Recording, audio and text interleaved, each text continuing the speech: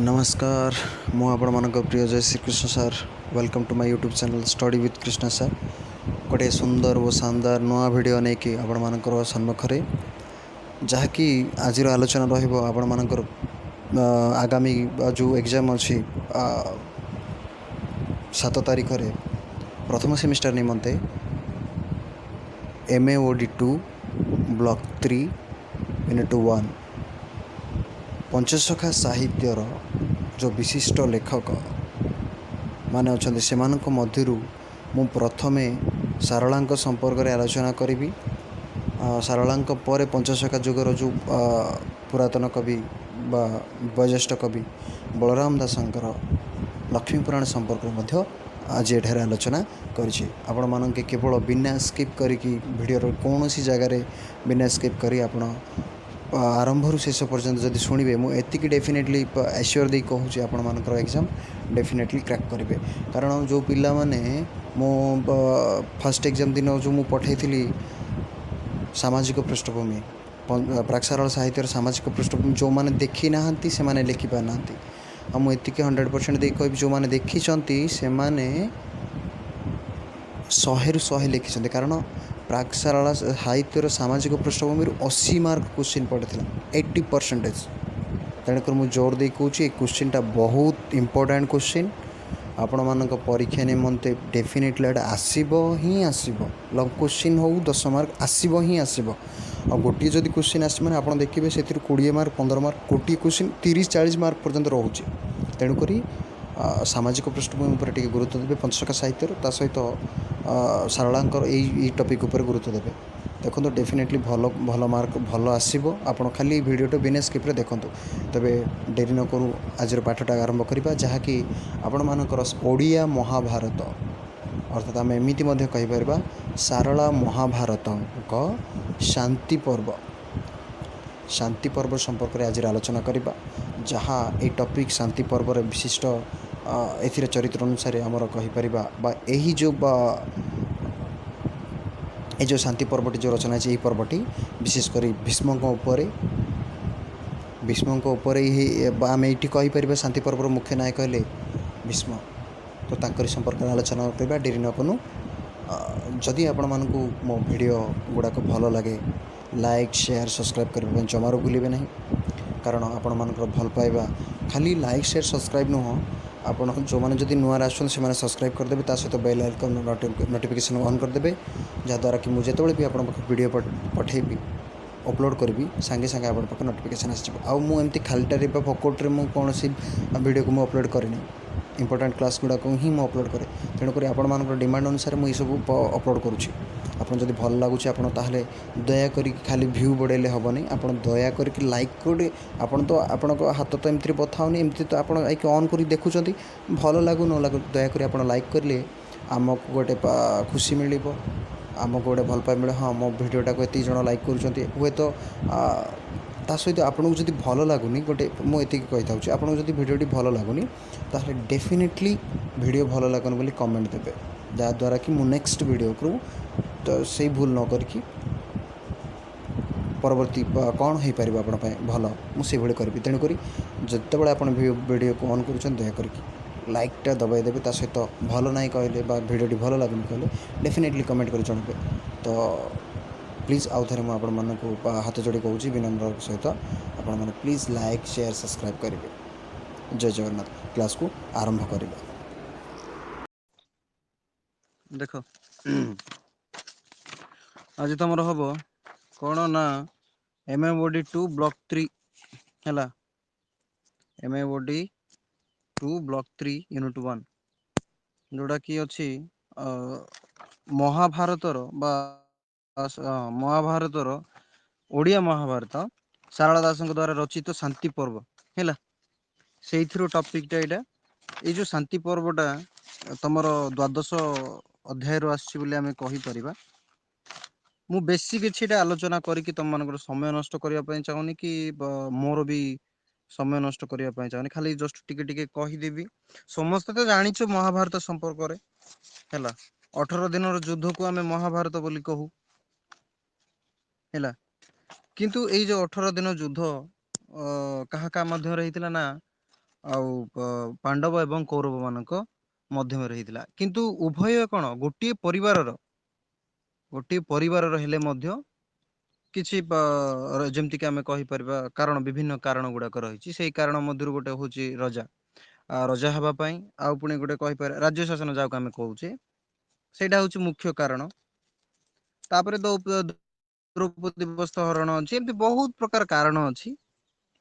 ତ ସେଇ ସବୁ ସମ୍ପର୍କ ତ ଏଠି ନାହିଁ ତମର ଶାନ୍ତି ପର୍ବରେ। ଯାହା ଅଛି ମୁଁ ତମକୁ ଖାଲି କହୁଛି ତମର କୋଶ୍ଚିନ୍ କୋଉ ଟାଇପ ହେଇପାରିବ ଦେଖ। କୋଶ୍ଚିନ୍ ତମର କେମିତି ହବ ଦେଖ, ମୁଁ ଯେତିକି ଆନାଲିଟିକ କରୁଛି ମୋର ପ୍ରଥମ ସେମିଷ୍ଟାର ଯୋଉ ଫାଷ୍ଟ ବ୍ଲକ ଟା ଯୋଉ ମୋଟା ହେଲା, ଯୋଉ ପ୍ରଥମ ସେମିଷ୍ଟାର ପ୍ରଥମ ଏକ୍ସାମ ଟା ଯେମିତି ହେଲା ମେ ବି ଯେହେତୁ ପାଣ୍ଡାମିକ ପିରିୟଡ ରହିଲା, ଅନଲାଇନ ରେ କ୍ଲାସେସ୍ ହେଲା, ତ ସେଇ ଦୃଷ୍ଟିକୋଣରୁ ଯଦି ଆମେ ଲକ୍ଷ୍ୟ କରିବା ତାହେଲେ ମୁଁ ଏତିକି ଆନାଲିଟିକ କରୁଛି ଏଇଟା ତମର ଡେଫିନେଟଲି ସାରଳାଙ୍କ ଉପରେ ଟୋଟାଲି କୋଶ୍ଚିନ୍ ରହିଯିବ। ଏଇଟା ମଧ୍ୟ 50-60 କୋଶ୍ଚିନ୍ ଏଥିରୁ ରହିଯିବ ମତେ ଲାଗୁଛି ସେଇଆ। ତା ବୋଲି ତମେ କଣ ପଡିବନି କି ଅଲଗା ଗୁଡାକ ପଢ। କିନ୍ତୁ ବହୁତ କୋଶ୍ଚିନ୍ ଏଥିରୁ ଉଠିଯିବ ତମର ହେଲା। ବହୁତ କୋଶ୍ଚିନ୍ ଏଥିରୁ ଉଠିଯିବ ମତେ ଲାଗୁଛି ସେଇଆ। ୟୁନିଟ୍ 1 କଥା ତ ମୁଁ କହିପାରିବିନି, ୟୁନିଟ୍ 1 ରେ କଣ ଅଛି ମୁଁ ଆଉ ଦେଖିନି। ବଟ୍ ସେଇ ଜିନିଷକୁ ଆନାଲିଟିକ କଲେ ମତେ ଲାଗୁଛି ସାରଳାରୁ ହିଁ ଉଠିବ। ସେ ହୁଏତ ମହାଭାରତ କଥା ମୁଁ କହୁନି, ସାରଳାଙ୍କ ସମ୍ପର୍କରେ ପ୍ରାୟ ବେସିସ୍ କରି ଉଠିବ। ତେଣୁକରି ଆକୁ ଟିକେ ଦେଖିବ, ଭଲସେ ଦେଖିଥିବ ହେଲା। ଏଥିରୁ ବି ମାର୍କ ଆମର ଉଠି ଯାଇପାରେ। ମୁଁ ଟିକେ ସିଲାବସ ଚେକ୍ କରୁଛି ତମର, ଗୋଟେ ସେକେଣ୍ଡ। ହୁଁ।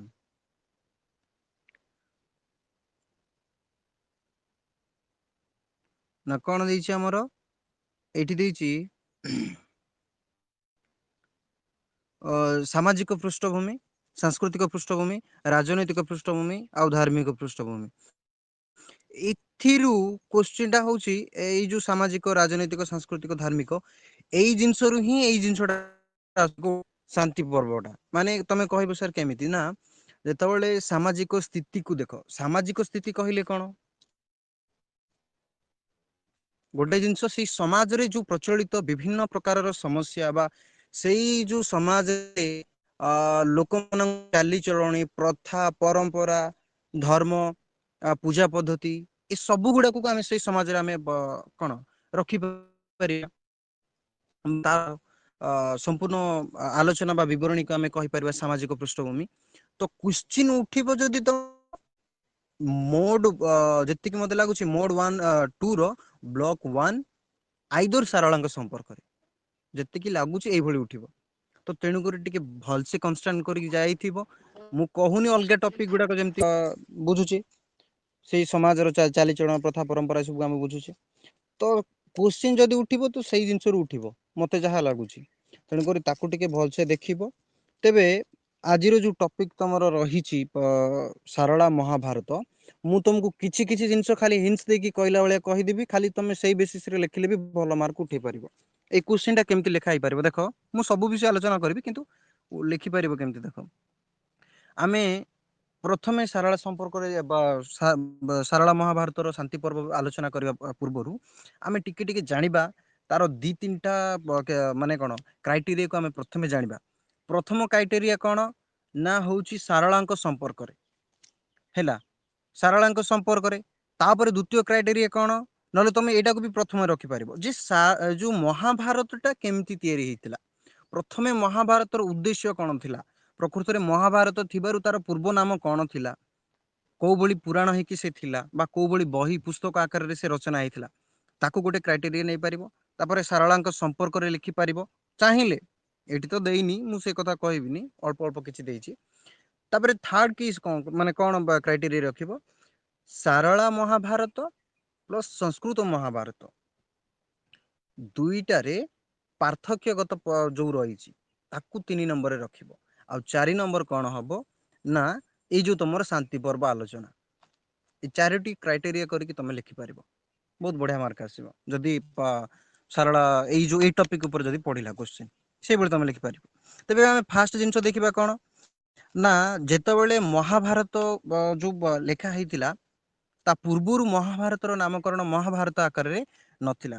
ସେ କଣ ଥିଲା ନା ଜୟ ଏବଂ ଭାରତ ନାମରେ ଏଇ ପୁସ୍ତକଟି ତମର ରହିଥିଲା। କଣ ନା ପ୍ରଥମେ ଜୟ ଏବଂ ଭାରତ। ତେବେ ଏଇ ଯୋଉ ମହାଭାରତ ଯେତେବେଳେ ଜୟ ଏବଂ ଭାରତ ଥିଲା, ଏହା ପ୍ରଥମେ କଣ ଥିଲା ନା କ୍ଷୁଦ୍ର ଆକାରରେ ଥିଲା। ଅଳ୍ପ କିଛି ସଂଖ୍ୟାର ଶ୍ଲୋକକୁ ନେଇକି ଏହା ରଚିତ ହେଇଥିଲା। ସମ୍ପୂର୍ଣ୍ଣ ବିଶେଷ କରି ଆମେ ଯୋଉ କ୍ଷୁଦ୍ର କଥା କହିଲେ କଣ ବୁଝିବା ନା ଗୋଟିଏ ପରିବାରର ଝଗଡା ଆମେ ଏମିତି ମଧ୍ୟ ବୁଝିପାରିବା। ଗୋଟିଏ ପରିବାରର କାହାଣୀ ହେଲା, କାହାଣୀକୁ ନେଇକି ମହାଭାରତଟି ଥିଲା, ଯାହାକି ପୂର୍ବ ନାମ ଥିଲା ତାର କଣ ଜୟ ଏବଂ ଭାରତ। ଜୟ ଏବଂ ଭାରତ। ବିଶେଷ କରି ଏଥିରେ କଣ ଥିଲା ନା ପାଣ୍ଡବ ଏବଂ କୌରବ ମାନଙ୍କ ମଧ୍ୟରେ ଯୋଉ ଗୃହ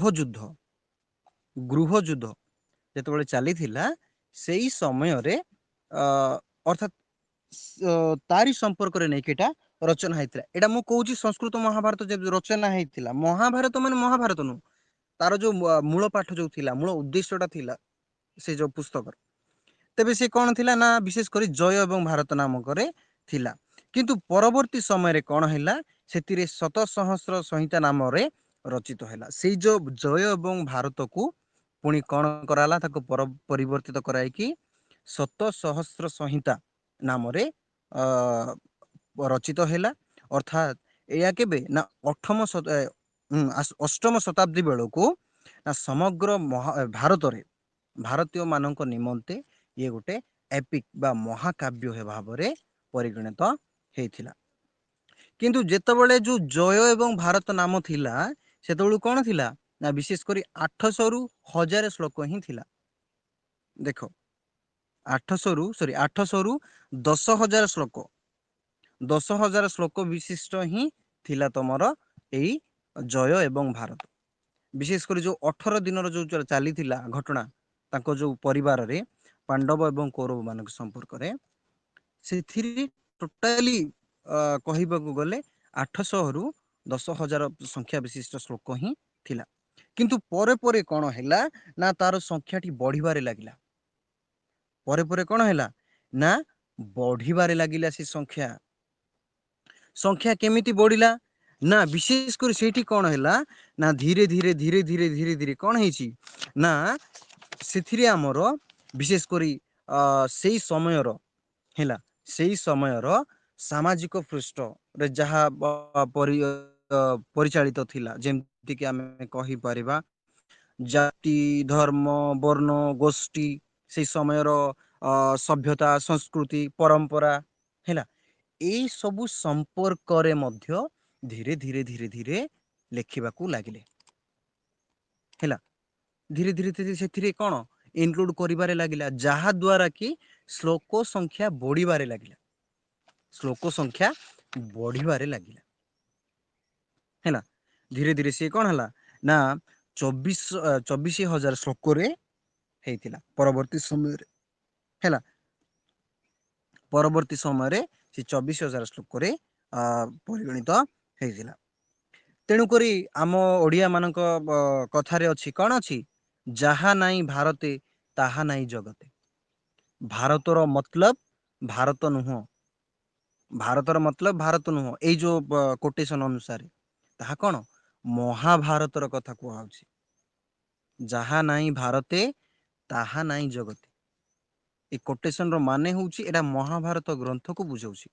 କାରଣ ତାର ଯେତେବେଳେ ସମସ୍ତ ଦିଗର ଶ୍ଲୋକ ସଂଖ୍ୟାକୁ ବଢା ଦିଆଗଲା ବା ସମସ୍ତ ଦିଗକୁ ଦୃଷ୍ଟିରେ ରଖି ସେଥିରେ ବିବରଣୀ ଯେତେବେଳେ ଦିଆଗଲା, ବିବରଣୀ ଦିଆକି ଯେତେବେଳେ ମହାଭାରତ ଗୋଟେ ନାମରେ ପରିଚୟ ହୋଇଥିଲା, ତେଣୁକରି ତାକୁ କୁହାଗଲା କଣ, ଯାହା ନାହିଁ ଭାରତେ ତାହା ନାହିଁ ଜଗତେ। ଅର୍ଥାତ୍ ସମଗ୍ର କଥାର ଆସିକି ମହାଭାରତରେ ରହିଲା। ଯେମିତି କିି ନୀତି, ଦର୍ଶନ, ଧର୍ମ, ରାଜନୀତି ସବୁ ପ୍ରକାର ଜିନିଷ ସେଥିରେ ରହିଲା। ହେଲା, ଇଏ ଥିଲା ତମର ମହାଭାରତ ବଢିବାର କେମିତି। ମୁଁ ଏଇଠି ତମକୁ କହିଦେବି ଏମିତି ବହୁ ପ୍ରକାରର ବିଷୟ ଗୁଡା, ସେଇଗୁଡା ତମେ ନିଜେ ବି ପଢିପାରିବ। ତେବେ ଏବେ ଯିବା ଆମେ କଣ ନା ବିଶେଷ କରି ଏଇ ଯୋଉ ଷ୍ଟୋରି ଉପରେ ହେଲା, ଷ୍ଟୋରି ଉପରେ ଆମେ ଯିବା। ଷ୍ଟୋରି ଉପରେ ଯିବା ପୂର୍ବରୁ ତମକୁ ମୁଁ ଟିକେ କହିଦଉଛି କଣ विशेष करी सारଳा महाभारत एवं संस्कृत महाभारत रे विभिन्न दृष्टिकोण रही भिन्न भिन्न दृष्टिकोण। कारण देख तुम सब मैंने जानिथिबो संस्कृत महाभारत को अनुसरण बा अनुकरण बा आमे कहि परिबा गोटे कपि सदृश हैला किए लिखिथिले सारला दास लिखिथिले किंतु प्रकृत रे कहिबाकू गले सारला महाभारत विशेष कर ओडिया मानक पाई संपूर्ण भावरे ताकू एग्जैक्ट एठारे उतारी नाहांती से गोटे अनुवादक हेले मध्य संपूर्ण भावरे ताकू आनिके एठी थोई नाहांती एथिरे मौलिकता रहिछि विशेष करी सारला महाभारत रे मौलिकता रहिछि मौलिकता कहले कौन देख जहाँकि निजस्व सेई अंचल हो बा सेई समय हो बा सेई समाज हो सेई संस्कृति हो किछि किछि विषय वस्तु सेठारे इनक्लूड करा जिवो तो अनुवाद हेले मध्य बा तारी अनुकरण हेले मध्य अनुवाद तो आमे कहि परिबा नै अनुकरण कथा हम जदि कहि परिबा अनुकरण कले मध्य एग्जैक्ट सेटा नाही एग्जैक्ट सेटा नाही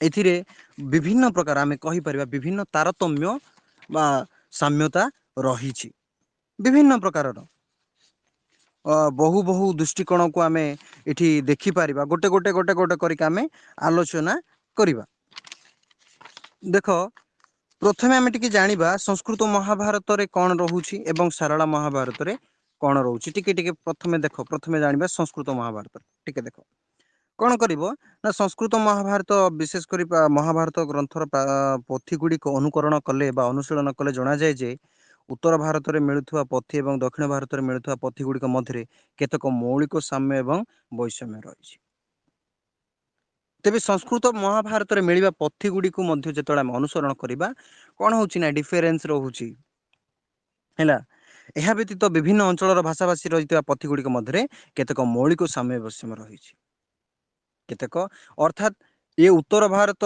एवं दक्षिण भारत को छाड़देले मध्य जो मौलिक जो विभिन्न अंचल जो महाभारत रचना करा जायतिला संस्कृत महाभारत को लेकिन से विभिन्न तारतम्य रही से कथा ये कहूँ मुझे गुड़ाक आगे खाली कहबी जस्ट खाली तुमको इंट्रोडक्शन अनुसार कही दूची विशेष करी चरित्र क्षेत्र में जितेबाला चरित्र को वर्णना करा जाउछि संस्कृत महाभारत रे जो चरित्र को लेकिन तुम शांति पर्व आलोचना करा जायछि मुख्यतः शांति पर्व उपरे क्या गुरुत्व दिखाई ना मुख्य नायक भाव में आम कहीपर महाभारत मुख्य नायक भाव है माने मुख्य चरित्र कथा कहूँ नायक बोली तो मुझे कहीपरि बट कहवाटा भी भूल हो चरित्र बोलिक आम कहीपर सी होउचंती भीष्म से ही होउचंती सूत्रधर है कारण तांकरी द्वारा ही पूरा महाभारतटी चली आम एमती कहीपर तुम श्रीकृष्ण को नहीं पार किंतु ये जो शांति पर्व अनुसार एठिर मुख्य हेले किए ना भीष्म तो से भीष्म चरित्र को लेकिन है तमर जो शांति पर्व रचित होती विशेष करी युधिष्ठिर कृष्ण एवं भीष्म ए तीन जन को लेकिन कहानी चली थाए किंतु तुम जो संस्कृत महाभारत देखिबो एवं सारला महाभारत देखिबो कंपैरिजन पाइबो सेही कंपैरिजन विषय ही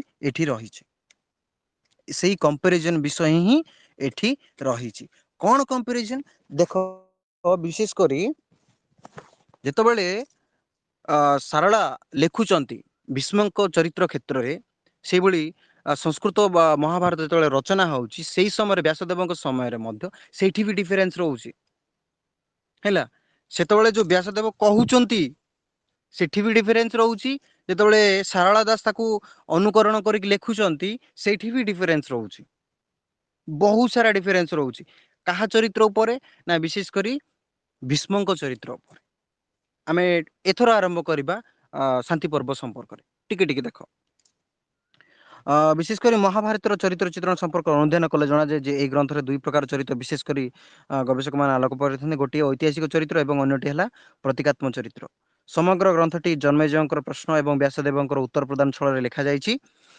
ଭାରତ ବର୍ଷର ଅସାଧାରଣ ଚରିତ୍ର ଯେଉଁମାନେ ଅନ୍ୟାୟ ପାପ କାର୍ଯ୍ୟରେ କରିଛନ୍ତି ସେମାନଙ୍କର ଅନ୍ୟାନ୍ୟ କୁପରିମାଣ ବିଷୟରେ ବର୍ଣ୍ଣନା କରାଯାଇଛି। ଅନେକ ଗୁଡ଼ିଏ ଚରିତ୍ରକୁ ଐତିହାସିକ ଚରିତ୍ର ଭାବରେ ପ୍ରମାଣ କରିବାକୁ ଯାଇ ଗବେଷକମାନେ ମଧ୍ୟ କରିଛନ୍ତି। ତେବେ ଏହାର ଯୋଉ କଥା ହେଲା, ଏହାର ମାନେ ହେଲା ବିଶେଷ କରି ସଂସ୍କୃତ ମହାଭାରତରେ ନା କଣ ଗୋଟେ ଐତିହାସିକ ଚରିତ୍ର ଏବଂ ଆଉ ଗୋଟେ ହଉଛି ପ୍ରତୀକାତ୍ମକ ଚରିତ୍ର ଭାବରେ ଏଠି ଗ୍ରହଣ କରାଯାଉଛି। ପ୍ରତୀକ ମାନେ ଜାଣିଛ?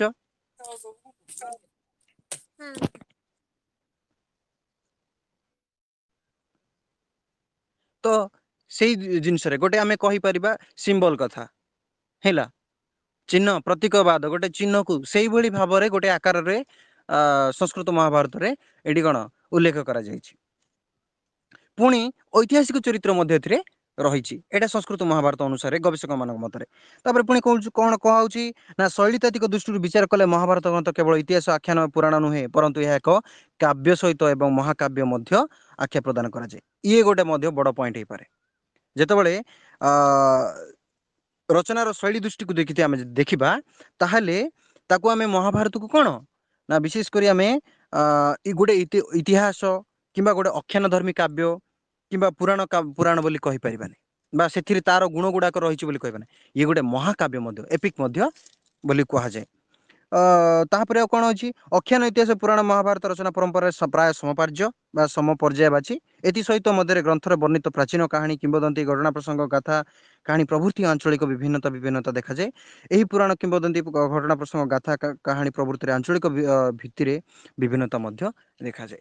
ଅର୍ଥାତ୍ ଯଦି ଆମେ ମହାଭାରତକୁ ଆମେ ଆଲୋଚନା କରିବା ବା ଦେଖିବା, ସେଠି କଣ ବିଭିନ୍ନ କାହାଣୀ ଯୋଉ ବିଭିନ୍ନ ଚରିତ୍ର ଗୁଡାକ ରହୁଛି, ସେଥିରେ ଯୋଉ କାହାଣୀ ଗୁଡାକ ରହୁଛି ତାହାର ମଧ୍ୟ ବିଶେଷ କରି ବାସ୍ତବିକ ମୌଳିକ କଥାକୁ ଦେଖାଯାଉଛି। ଏଭଳି କଥା କୁହାଯାଉଛି, ମୁଁ କାହିଁକି ଏ କଥା କହୁଛି, ଏଇଟା ହଉଛି ତମର କମ୍ପାରିଜନ ର କଥା କୁହାଉଛି। ଯେତେବେଳେ ତମେ ମାନେ ଫୋର୍ଥ ସେମିଷ୍ଟର ପଢିବ, ତୁଳନାତ୍ମକ ସାହିତ୍ୟ ଆସିବ, ସେଇ ଜିନିଷଟା ଏବେଠୁ ଟିକେ ବୁଝିଦିଅ ବୋଲି ମୁଁ ଏଇଭଳି କହୁଛି କମ୍ପାରିଜନ ର କଥା।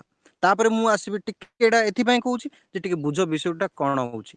ପ୍ରକୃତରେ ଏଇ ଯୋଉ ତମ ଲେଖା ହଉଛି ସଂସ୍କୃତ ସହିତ ଓଡିଆର କାହିଁକି କମ୍ପାରିଜନ କରୁଛନ୍ତି, ତମର ଯଦି ଲଙ୍ଗ କୋଶ୍ଚିନ୍ ଆସିଲା ସଂସ୍କୃତ ମହାଭାରତ ଏବଂ ସାରଳା ମହାଭାରତରେ ପାର୍ଥକ୍ୟ ଦର୍ଶାଅ କଲି, ଲଙ୍ଗ କୋଶ୍ଚିନ୍ ଆସିଲା କିମ୍ବା 10 ମାର୍କ ଆସିଲା, ତମେ ଏଗୁଡାକ ହିଁ ଲେଖିବ। ତେଣୁକରି ମୁଁ ଟିକେ ଟିକେ କହିଦଉଛି, ତା ସହିତ ତମର ଷ୍ଟୋରି ମଧ୍ୟ କହିବି ହେଲା। ତାପରେ କଣ କୁହାହଉଛି ନା ବିଶେଷ କରି ମହାଭାରତରେ ଅର୍ଥାତ୍ ସଂସ୍କୃତ ମହାଭାରତରେ କଣ ହଉଛି ନା ଶକୁନ୍ତଳାଙ୍କ କଥା ରହିଛି, ନଳ, ଦମୟନ୍ତୀ, ରାମ, ସାବିତ୍ରୀ ହେଲା, ଶିବନ ପ୍ରଭୃତି ମାନଙ୍କର ଚରିତ୍ରକୁ ମଧ୍ୟ ବର୍ଣ୍ଣନା କରାଯାଉଛି। ଏବଂ ସେଥିରେ କଣ ହଉଛି ନୀତିଶାସ୍ତ୍ର, ଧର୍ମଶାସ୍ତ୍ର, ଅର୍ଥଶାସ୍ତ୍ର, କାମଶାସ୍ତ୍ର, ମୋକ୍ଷଶାସ୍ତ୍ର ଇତ୍ୟାଦିର ପ୍ରଭାବ ମଧ୍ୟ ରହିଛି ସଂସ୍କୃତ ମହାଭାରତରେ। ମହାଭାରତ ଗ୍ରନ୍ଥରେ ଧର୍ମ ଭାବନା ଅତି ବ୍ୟାପକ ଭାବରେ ପରିଲିଖିତ ହଉଛି ସଂସ୍କୃତ ମହାଭାରତର କଥା ହେଲା। ରାଜଧର୍ମ ଦ୍ଵାରା ସାମାଜିକ ନୀତି ମାର୍ଗରେ ପରିଚାଳନା କରିବା, ଆପଦ ଧର୍ମ ଦ୍ଵାରା ବିପଦ ସମୟରେ କେଉଁ ପ୍ରକାର ନିଷ୍ପତ୍ତି ନେଇ କାର୍ଯ୍ୟ କରିବା ଉଚିତ, ସେ ସମ୍ପର୍କ ମଧ୍ୟ କୁହାଯାଇଛି। ତେବେ ଏଇ ଯୋଉ ଲାଇନ ଯୋଉ କୁହାହେଲା, ବିଶେଷ କରି ତମର ଯୋଉ ସଂସ୍କୃତ ମହାଭାରତ ଯୋଉ ରହୁଛି ଏବଂ ସାରଳା ମହାଭାରତରେ ରହିଛି, ଏଇ ଯୋଉ ଶାନ୍ତି ପର୍ବର ମୁଖ୍ୟ ଷ୍ଟୋରି ହଉଛି ଏଇଆ। ଗୋଟିଏ ରାଜା ଯେତେବେଳେ ରଜା ଭାବରେ ସ୍ୱୀକୃତି ପାଇଥାଏ, ସେଇ ସମୟରେ ତା କର୍ତ୍ତବ୍ୟ କଣ, ପ୍ରଜା ମାନଙ୍କ ଉଦ୍ଦେଶ୍ୟରେ ସେ କଣ କରିବା ଉଚିତ ହେଲା, ପ୍ରଜାଙ୍କ ନିମନ୍ତେ ସେ କଣ କରିବା ଉଚିତ, ସେଇ ହଉଛି ଶାନ୍ତି ପର୍ବର ମୁଖ୍ୟ ଉଦ୍ଦେଶ୍ୟ। ଏଇ କଥା ଯୁଧିଷ୍ଠିରଙ୍କୁ କିଏ କହୁଛନ୍ତି ନା ଭୀଷ୍ମ କହୁଛନ୍ତି।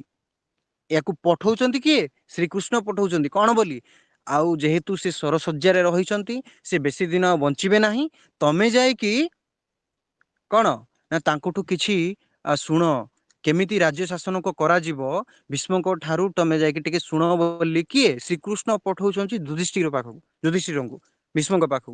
ତ ସେତେବେଳେ ସେଇ କଥା କହୁଛନ୍ତି ଯେ ଗୋଟେ ପ୍ରଜା ମାନଙ୍କୁ ବା ଗୋଟେ ରାଜ୍ୟରେ ଗୋଟେ ରାଜାଙ୍କର କର୍ତ୍ତବ୍ୟ କଣ, ତାଙ୍କ ଭୂମିକା କଣ, ସେ ସବୁ ସମ୍ପର୍କରେ ଏଠି ଲେଖା ହଉଛି ହେଲା।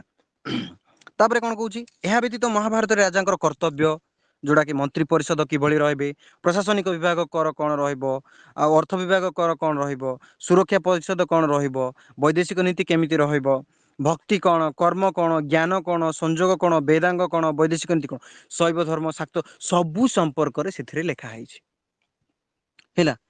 ତା ସହିତ ଆମେ ଏମିତି ମଧ୍ୟ କହିପାରିବା, ବିଶେଷ କରି ଜାତି, ଧର୍ମ, ବର୍ଣ୍ଣ ହେଲା ନିର୍ବିଶେଷରେ ସମସ୍ତଙ୍କ ପାଇଁ ସମାନ ଭାବରେ ତମେ ଦେଖିବ, ତା ସହିତ ସମସ୍ତଙ୍କ ସହିତ ସମାନ ଭାବରେ ଯୋଉ ନୀତି ରହିଛି ତାକୁ ପରିବେଷଣ କରିବ ତା ସହିତ ଏଇ ଯୋଉ ଆମର କହିପାରିବା ଏଇ ଶାସ୍ତ୍ରରେ ସଂସ୍କୃତ ମହାଭାରତରେ ୟାକୁ ମଧ୍ୟ ଗୁରୁତ୍ୱ ଦିଆଯାଇଛି। ଯେମିତି ଆମେ ଜଗା ଠାକୁର ପାଖକୁ ଯିବା ପୁରୀ, ସେଠି କଣ ସବୁ ଧର୍ମ, ସବୁ ବର୍ଣ୍ଣ, ସବୁ ଗୋଷ୍ଠୀର ଲୋକ ବା ସବୁ ଜାତିର ଲୋକ ସେଠାକୁ ଯାଇପାରିବେ। କୌଣସି ଭେଦଭାବ ଛୁଆଁ ଅଛୁଆଁ କଥା ନାହିଁ, ଯୋଉଟା କି ନେକ୍ସଟ ତମର ଲକ୍ଷ୍ମୀ ପୁରାଣ ବଳରାମ ଦାସଙ୍କର ଲକ୍ଷ୍ମୀ ପୁରାଣରେ ଆସିବ ହେଲା। ତ ମୁଁ ଏଠି ଟିକେ ତମକୁ କହିଦଉଛି ବଳରାମ ଦାସଙ୍କ ଲକ୍ଷ୍ମୀ ପୁରାଣ ସମ୍ପର୍କରେ। ଯୋଉ ବଳରାମ ଦାସଙ୍କର ଲକ୍ଷ୍ମୀ ପୁରାଣ ରଚନା ହେଇଥିଲା ସେଇଟା କଣ ପ୍ରକୃତରେ ଦେଖ, ମୁଁ ତୁମକୁ ଫାଷ୍ଟ ବି କହିଥିଲି ଯେତେବେଳେ ମୁଁ କ୍ଲାସ କରୁନଥିଲି, ମୁଁ ବିଶେଷ କରି ଧର୍ମ ଉପରେ ପ୍ରାୟ ଟିକେ କମ ବିଲିଭ କରେ, ଆଉ ବିଶେଷ କରି ଭଗବାନଙ୍କ ଉପରେ। ତ ମୁଁ ଭଗବାନଙ୍କୁ ବିଶ୍ଵାସ କରେ, କିନ୍ତୁ ସେଇ ଭଗବାନ ବୋଲି ମୁଁ ଏଇଟା ତ ଆଗରୁ କହିଛି। ତ ଦେଖ, ଲୋକଙ୍କ ମାନଙ୍କ ମନରେ ସଚେତନତା ଆଣିବା ପାଇଁ ବୋଲି ବିଶେଷ କରି ଯୋଉ ସିଦ୍ଧ ପୁରୁଷ ମାନେ ଯୋଉ ରହୁଥିଲେ, ସେମାନେ କଣ କରୁଥିଲେ ନା, ଯଦି ସପୋଜ ମୁଁ ଧରିନିଅ କିଛି ଜଣଙ୍କର ନାଁ ନେବି, ଯେମିତି କି ଏବେ ମୁଁ ନେବି ଫୁଲେଶ୍ଵରୀ, ସପୋଜ ଗୋଟେ କଥା କହୁଛି, ନାଇଁ ବୋଲେ ସୀତୁ, ଏମିତି କିଛି ଗୋଟେ 4-5 ଜଣଙ୍କର ନାଁ ନେବି। ତାଙ୍କ ବିଷୟରେ ଯଦି ମୁଁ କୌଣସି କାହାଣୀ ରଚନା କରିବି, କୌଣସି ଲୋକ ବିଲିଭ କରିବେ ନାହିଁ, କୌଣସି ଲୋକ ବିଲିଭ କରିବେ ନାହିଁ। କିନ୍ତୁ ଯଦି ମୁଁ ଗୋଟେ ଭଗବାନଙ୍କର ନାଁ ଯଦି ନେଇକି କିଛି ଗୋଟେ ରଚନା କରିବି, ବା ଏଇ ସମାଜ ପାଇଁ କିଛି ଯଦି ଗୋଟେ ସନ୍ଦେଶ ଦେବି, ତାହେଲେ ଡେଫିନେଟଲି ଲୋକ ତାକୁ ଏକ୍ସପେକ୍ଟ କରିବେ, ଡେଫିନେଟଲି ତାକୁ ରିସିଭ କରିବେ, ଗ୍ରହଣ କରିବେ। ହୁଏତ ସେଇ ଉଦ୍ଦେଶ୍ୟରେ ମଧ୍ୟ ରଚନା ହଉଥିଲା। ଏହା ମଧ୍ୟ ହେଇପାରେ ଯେ ପୂର୍ବେ ଯାହା ରଚନା ହଉଥିଲା ପ୍ରକୃତରେ ହେଇଥିବ ମଧ୍ୟ, ଯେମିତିକି ଭଗବାନ ସେ ତ ପୁଣି ଭଗବାନ, ପୁଣି ଲକ୍ଷ୍ମୀଙ୍କୁ କାହିଁକି ସେ ଦଣ୍ଡ ଦେଲେ? ଘରୁ ବାହାର କରିଦବାର ମାନେ କଣ? ସେ ପୁଣି ଭଗବାନ, ଜଗତର ନାଥ ଜଗନ୍ନାଥ। ଅର୍ଥାତ୍ ମୁଁ ବଳରାମ ଦାସଙ୍କୁ ମୁଁ ଏଇଟା ଗୋଟେ ଷ୍ଟୋରି ଲେଖିଛନ୍ତି, ମୁଁ ଏ କହୁନି। ଅର୍ଥାତ୍ ଏମିତି ବି ହେଇଥାଇପାରେ ଯେ ଲୋକମାନଙ୍କୁ ସଚେତନତା କରିବା ପାଇଁ ସେମାନେ କଣ କରୁଥିଲେ ନା, ସେଇଭଳି ଚରିତ୍ରକୁ ସେମାନେ କଣ ସୃଷ୍ଟି କରୁଥିଲେ। ଆଜି ସାଇଣ୍ଟିଷ୍ଟ କହୁଛି ଭୂତ ପ୍ରେତ କିଛି ନାହିଁ, ତାହେଲେ ଭଗବାନ ଅଛି ବୋଲି ସେ କେମିତି ପୂଜା କରୁଛି? ସାଇଣ୍ଟିଷ୍ଟ ଯେତେବେଳେ ଗୋଟେ କିଛି ଗୋଟେ ଲଞ୍ଚ କରିବା ପାଇଁ ଯାଉଛି, ବା କିଛି ଗୋଟେ ଉଦ୍ଭାବନ କରୁଛି, ଯାହାବି କିଛି ମୋବାଇଲ ହଉ, ଯାହାବି ଇଲେକ୍ଟ୍ରୋନିକ ଜିନିଷ ଯାହାବି ହଉ, ମେଡିକାଲ ଠୁ ଆରମ୍ଭ କରି ଯାହାବି ଯନ୍ତ୍ରପାତି ଯେତେବେଳେ ଉଦ୍ଭାବନ କରୁଛି, ସେଇ ସମୟରେ ସିଏ କଣ କରୁଛି? ପ୍ରଥମେ ପୂଜା କରୁଛି କାହାକୁ? ଭଗବାନଙ୍କୁ ପୂଜା କରୁଛି। ହେ ଭଗବାନ, ମୋ କାମଟା କେମିତି ସକ୍ସେସଫୁଲ ହଉ। ପୁଣି ସାଇଣ୍ଟିଷ୍ଟ କଣ କହୁଛି ନା, ଭୂତ ପ୍ରେତ ନାହିଁ, ତାହେଲେ ତ ଭଗବାନ ବି ନାହିଁ। ଏଇ ଲଜିକଟା ସେମାନେ କେମିତି ମିଶେଇ ଯାଉଛନ୍ତି? ଯଦି ଏ କଥାଟା ମୁଁ କହିବି ନା, ମୋ ଉପରେ ସେମାନେ କେସ୍ ଦରବାର ସବୁ କିଛି ପକେଇବେ। ତ ଆମକୁ ଏଇଠି ବୁଝିବାକୁ ପଡିବ, ଯଦି ଭଗବାନ ଅଛନ୍ତି ତାହେଲେ ଏମାନେ ମଧ୍ୟ ଅଛନ୍ତି। କିନ୍ତୁ ସାଇଣ୍ଟିଷ୍ଟ କଣ କୁହେ ନା, ଏଗୁଡାକୁ ବିଲିଭ କରେ ନାହିଁ।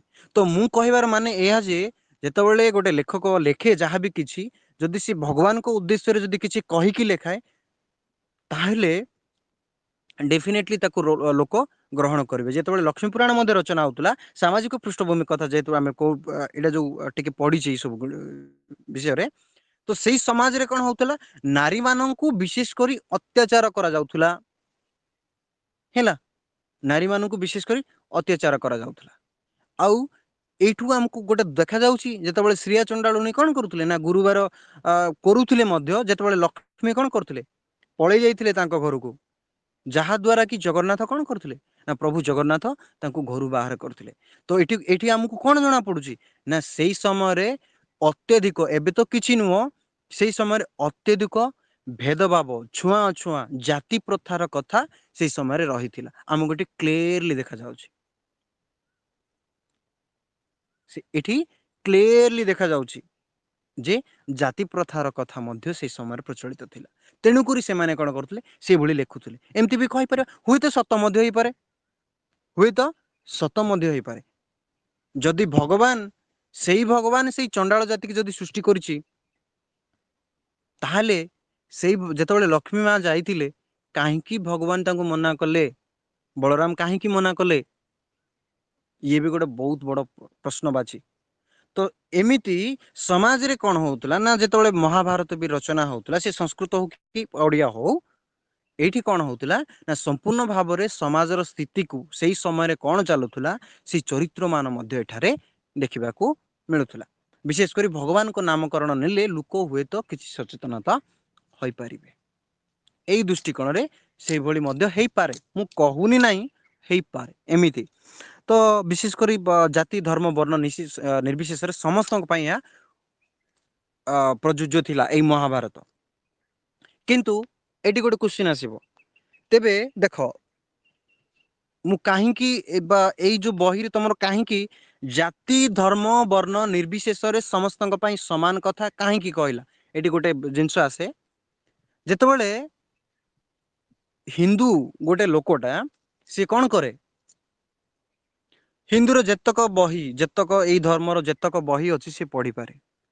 କିନ୍ତୁ ଗୋଟେ ମାନେ ଖ୍ରୀଷ୍ଟିଆନ ଲୋକ, ଗୋଟେ ମୁସଲମାନ ଲୋକ ଆଜିକା ଡେଟ୍ରେ ପଢିଦେବେ। ମୁଁ କହୁନି ତୁମକୁ, ଆଜିକା ଡେଟ୍ରେ ଜଣକୁ ଚ୍ୟାଲେଞ୍ଜ କରିବ କିମ୍ବା ତାକୁ କହିବ ହଁ ତୁ ପଢିପାରିବୁନି ରେ, ସପୋଜ ଏମିତି କହିବ, କାହିଁ ମୁଁ ଦଉନୁ ମୁଁ ପଢିଦେବି, ସେ ବହି ଖୋଲିଦବ ପଢିଦବ। ସେଇଟା ପଢିଲା ବୋଲି କୁହାଯାଏ, ସେଟାକୁ ପଢିବା କୁହାଯାଏନି।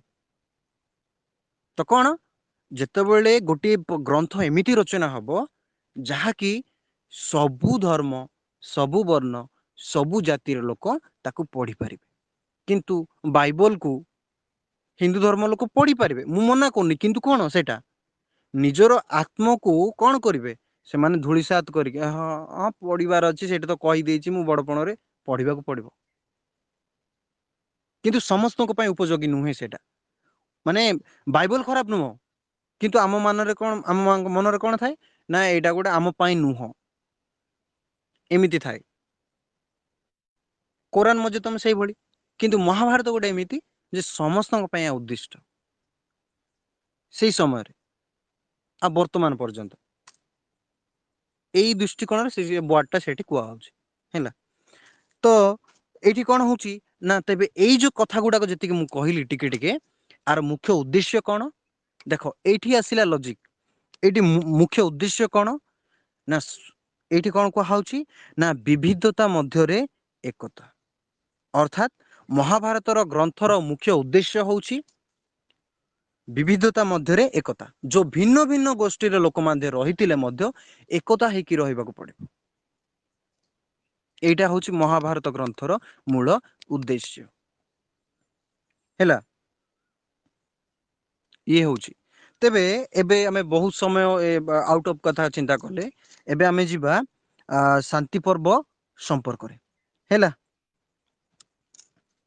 ଶାନ୍ତି ପର୍ବ ସମ୍ପର୍କରେ ଆମେ ଯିବା ହେଲା। ଶାନ୍ତି ପର୍ବ ସମ୍ପର୍କରେ ଯିବା, ପୁଣି ଆମେ ଯିବା ସାରଳାଙ୍କ ସମ୍ପର୍କରେ ଯିବା ହେଲା। ଏବେ ଶାନ୍ତି ପର୍ବ ଯିବା ଆଗରୁ ମୁଁ ଟିକେ ସାରଳାଙ୍କ ସମ୍ପର୍କରେ କହିଦଉଛି, ଗୋଟେ 10 ମିନିଟର କଥା ହେଲା। ଆମେ କହିପାରିବା ଯେତେବେଳେ ମହାଭାରତ ରଚନା କରୁଥିଲେ ବା ଅର୍ଥାତ୍ ସାରଳା ଦାସ, ସେତେବେଳେ ପର୍ଯ୍ୟନ୍ତ ଆମେ କହିପାରିବା ଓଡ଼ିଆ ସାହିତ୍ୟରେ କୌଣସି ପରିବର୍ତ୍ତନ ହେଇନଥିଲା। ସେ ପ୍ରାଚୀନ ଯୁଗ ହଉ ମଧ୍ୟଯୁଗ ହଉ ହେଲା, ଅର୍ଥାତ୍ ଏଇଟା ତ ମଧ୍ୟଯୁଗର କଥା ଆସିବନି। ମାନେ ମୁଁ ଏଇଥିପାଇଁ କହୁଛି ଏଇ କଥା ଯେ ସାହିତ୍ୟର କୌଣସି ସୃଷ୍ଟି ମାନେ ଏତେ ବି ଗୋଟେ ଗଭୀରତା ବା ନିବିଡତା ନଥିଲା ସାହିତ୍ୟ ପ୍ରତି, ଯୋଉମାନେ ବି ରଚନା କରୁଥିଲେ ସାରଳା ଦାସଙ୍କ ପୂର୍ବରୁ ବହୁ ଲେଖକ ମାନେ ଥିଲେ ମଧ୍ୟ। କିନ୍ତୁ ସାରଳା ଦାସ ଏମିତି ଜଣେ ଥିଲେ ଯାହାକି ବିଶେଷ କରି ଓଡ଼ିଆ ମାନଙ୍କର ଓଡ଼ିଶାର କଥା ହେଲା। ଆମେ ତ ଓଡ଼ିଶା ମାନେ ଏବେ ବୁଝିବା ଆଗ କ'ଣ ନା ଥିଲା କି ସେଇ ସମୟରେ। ତ ସେ କ'ଣ କଲେ, ଓଡ଼ିଆ ମାନଙ୍କ ପାଇଁ ବିଶେଷ କରି ସେ ଗୋଟେ ଗୌରବ ଆଣିଥିଲେ, ଯାହାକି ଓଡ଼ିଆର ରୀତି ନୀତି ପରମ୍ପରା ସବୁ ଗୁଡାକ ଏଇ ମହାଭାରତରେ ରହିଛି। ଏଇଠିର ସମାଜ କ'ଣ ଥିଲା, ଏମାନଙ୍କୁ କ'ଣ ଦରକାର ଥିଲା, ସବୁ ଏଇ ମହାଭାରତରେ ସେ ଥୋଇଥିଲେ। ତେଣୁକରି ତାଙ୍କୁ ଆମେ କହିପାରିବା ଆଦିକବି ହେଲା। ତେଣୁକରି ତାଙ୍କୁ ଆମେ କହିପାରିବା ଆଦିକବି। ତାହା ନୁହେଁ ଯେ ସାରଳାଙ୍କ ପୂର୍ବରୁ ଆଉ କିଏ ନଥିଲେ, ଥିଲେ, କିନ୍ତୁ ସେମାନେ ଏମିତି କିଛି ରଚନା କରିନଥିଲେ ଯାହାକି ସେମାନଙ୍କୁ ଆମେ ଗୋଟେ ବା ଆଦିକବି ବୋଲି ଆମେ ଗ୍ରହଣ କରିପାରିବା। ତେବେ ପଞ୍ଚଦଶ ଶତାବ୍ଦୀରେ ଓଡ଼ିଶା ସେଇ ସମୟରେ ଅର୍ଥାତ୍ ସାରଳାଙ୍କ ସମୟରେ କ'ଣ ଥିଲା ନା, ଏହା ଥିଲା ପଞ୍ଚଦଶ ଶତାବ୍ଦୀ ସମୟ। ଏଇ ସମୟରେ ଏକ ଦିଗରେ ଓଡ଼ିଶାର ଦିଗ୍ବିଜୟ ସମ୍ରାଟ ଅର୍ଥାତ୍ କପିଳେନ୍ଦ୍ର ଦେବଙ୍କ କଥା ଏଠି ଚାଲିଛି।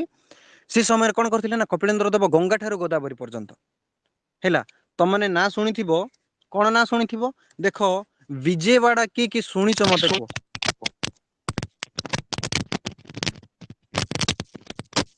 ଭଏସ ଶୁଭୁନି କି ସସ୍ମିତା? ଶୁଭୁଛି ସାର୍। ଶୁଭୁଛି। ଆଉ କଣଟା ଅନ୍ କରି କଣଟା ଶୁଣୁଥିଲ? ଆଜ୍ଞା ସାର୍। କଣ ଶୁଣୁଥିଲ?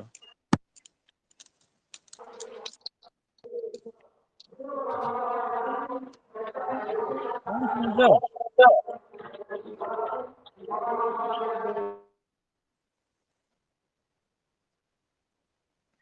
ଦେଖ ବିଜୟୱାଡା କିଏ କିଏ ଜାଣିଛ କହିଲ?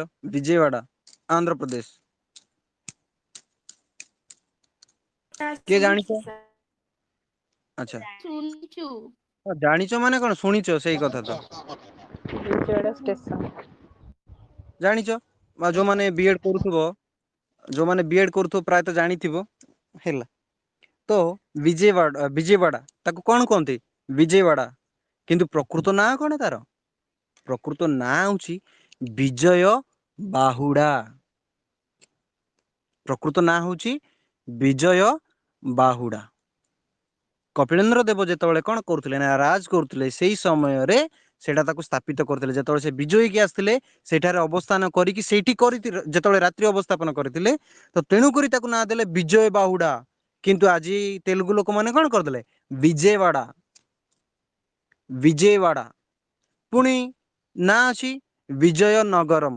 ବିଜୟନଗରମ ଯାହାକୁ ତେଲୁଗୁରେ ଆମେ କହିବା ବିଜୟନଗରମ। ବଟ୍ ପ୍ରକୃତ ନାଁ କଣ ବିଜୟ ନଗର।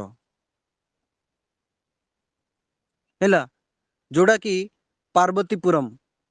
ପାର୍ବତୀପୁରମ୍ ଅଛି, ତାଙ୍କର ନାଁ କଣ ହେଲା ପାର୍ବତୀପୁରକୁ ସେଟା ହେଲା ପାର୍ବତୀପୁରମ୍।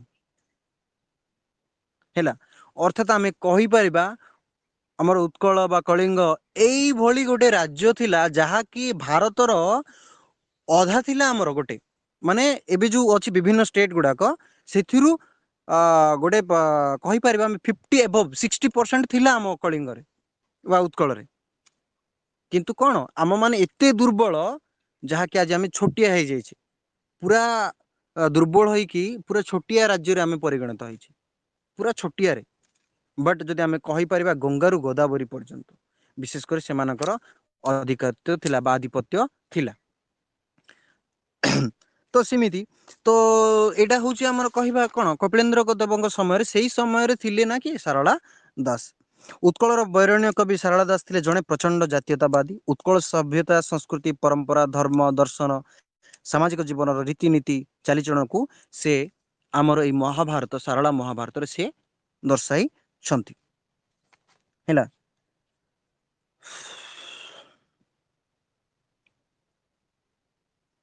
ତେବେ ମୁଁ ତାଙ୍କ ଜନ୍ମ ବିବରଣୀ ବିଷୟରେ କହୁନି, ସେଟା ବହୁତ ରହସ୍ୟମୟ। କିଏ କହୁଛନ୍ତି ନବମ, କିଏ କହୁଛନ୍ତି ଦଶମ, କିଏ କହୁଛନ୍ତି ତ୍ରୟୋଦଶ, କିଏ କହୁଛନ୍ତି ଦ୍ୱାଦଶ। ମୁଁ ସେ ସବୁ କିଛି କହୁନି, ଏଇଟା ପୁରା ସର୍ଟକଟରେ ମୁଁ ଏବେ ଯିବି। କିନ୍ତୁ ତାଙ୍କ ଜନ୍ମଟା କଣ ବିଶେଷ କରି କଟକ ଜିଲ୍ଲାର ଝଙ୍କଡ଼ ଗ୍ରାମରେ ବୋଲିକି ଆମେ ଜାଣିଛେ। ସେଇଠୁ ଗୋଟେ କୃଷକ ପରିବାରରେ ସେ ଜନ୍ମଗ୍ରହଣ କରିଥିଲେ। ବର୍ତ୍ତମାନ ସେ ଉକ୍ତ ଗ୍ରାମ କଣ କରିଥିଲେ ନା ଦୁଇ ଭାଗରେ ପ୍ରବାହିତ, ଦୁଇ ଭାଗରେ ବିଭକ୍ତ ହେଇଥିଲା ଗୋଟିଏ ନଦୀ ମାଧ୍ୟମରେ, ଯାହାକି ବୁଢ ନଈ ଏବଂ ଚନ୍ଦ୍ରଭାଗା ନଦୀ ର ତଟରେ ସେ ରହିଥିଲା।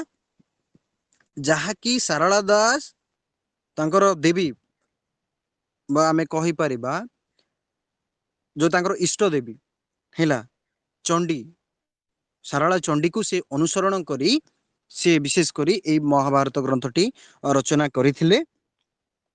ତାଙ୍କ ପିଲା ନାମ କଣ ଥିଲା ନା ସିଦ୍ଧେଶ୍ଵର ପରିଡା। ସେ ସାରଳାଙ୍କ ଭକ୍ତ ଥିଲେ। ତ ଏମିତି ସେ ଗୋଟେ କଣ ସାଧନା କରି କରି କରି ସେ ସମୁଦ୍ର କୂଳେ ବା ସେ ନଦୀ ତଟରେ ରହି ରହି ତାଙ୍କୁ ସେଇଭଳି ଫିଲିଙ୍ଗ ହେଲା ଯେ ନା ମୁଁ ଲେଖିବି, ଏମିତି କରିକି ସେ ଲେଖିଛନ୍ତି। ସେ ଛାଡି ଦିଅ XYZ। ତେବେ ଏବେ ଆମେ ଦେଖିବା ହେଲା, ଏବେ ଦେଖିବା ଆମେ ଶାନ୍ତି ପର୍ବ। ମୁଁ ତମକୁ ଏଇଟା ସବୁ କିଛି କହୁନି, ଏସବୁ ଆଉ କିଛି କହୁନି, ତମେ ଖାଲି ଜଷ୍ଟ ଜାଣିଦିଅ। ପ୍ରଥମେ ସେ ବିଲଙ୍କା ରାମାୟଣ ରଚନା କରିଥିଲେ, ଆଉ ବିଭିନ୍ନ ପ୍ରକାର ସାହିତ୍ୟ ଗୁଡାକ ମଧ୍ୟ ରଚନା କରିଥିଲେ।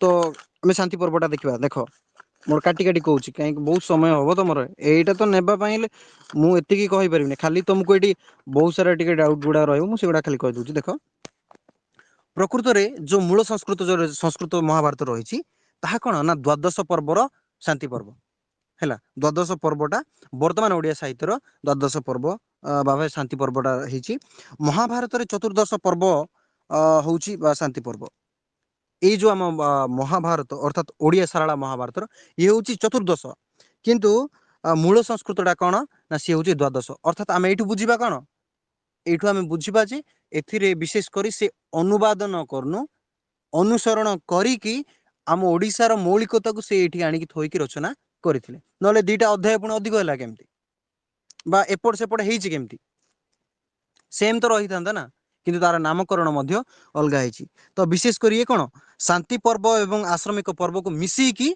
ये गोटे कले शांति पर्व है आश्रमिक पर्व एवं शांति पर्व को मिसिकी ये कर शांति पर्व जोटा कि संस्कृत महाभारत को आणिकी एठू से कर तेबे सारला महाभारत रे ओडिया साहित्यर प्रभावशाली जातीयता महाकवि बोली महाकाव्य बोली स्वीकृत एवं सी महाकाव्यर श्रेष्ठ आलोक्य तात्पर्यपूर्ण हूँ शांति पर्व महाभारत रे सौपाक्ष केन्द्र एवं सिद्धांत चरित्र हूँ पितामह भीष्म एवं से भीष्म सरसज्जाहीन हो निजर न्याय दाबीर प्रतिष्ठा संग्राम व्यतीत थिबा पांडव मान राजधर्म संपर्क उद्देश्य प्रदान कर स्टार्टिंग ही कही सारी जितेबले ये जो शांति पर्व आम आलोचना करुचे ये विशेष करी उद्देश्य कौन ना गोटे राजा गोटे राज्यर किभली से शासन करिबो बा सेमानकर प्रजा माननकु से किभली देखिबो को भावरे से सेमानकु सुरक्षा दबो से होउची ए शांति पर्वर मुख्य विषय वस्तु एटा किए ना मुख्य होउचंदी एथिरे भीष्म हैला एथिरे मुख्य होउचंदी भीष्म भीष्म काहांक पुत्र ना विशेष करी शांतनु एवं गंगांकर एतिकी खाली जान सी शांतनु एवं गंगांकर पुत्र किंतु तमे जदि देखिबो एठी भी हमरो दुईटा जिंस आसीबो कोन आसीबो ना विशेष करी एठी आमे आलोचना करिबा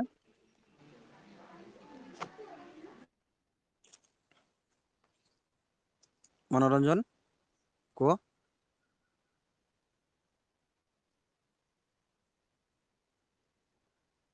मो टाइम को वेस्ट कर तुम मैंने देख जहाँ भल लगुनि से पलाओ डिस्टर्बेंस करोनी है तो ये कौन ना विशेष करी आमे दीटी जिनस एनालिसिस करवा गोटे हूँ भीष्म चरित्र हेले से भीष्म चरित्र क्षेत्र में जो शांति पर्व जहाँ वर्णित होती भीष्म संपर्क रे सारला महाभारत रे केवली भाव वर्णित होती एवं संस्कृत महाभारत रे केवली भाव वर्णित होती एटा हूँ मुख्य विषय है एटा हूँ मुख्य विषय तो देख मुझे इसी संपर्क में कहूँ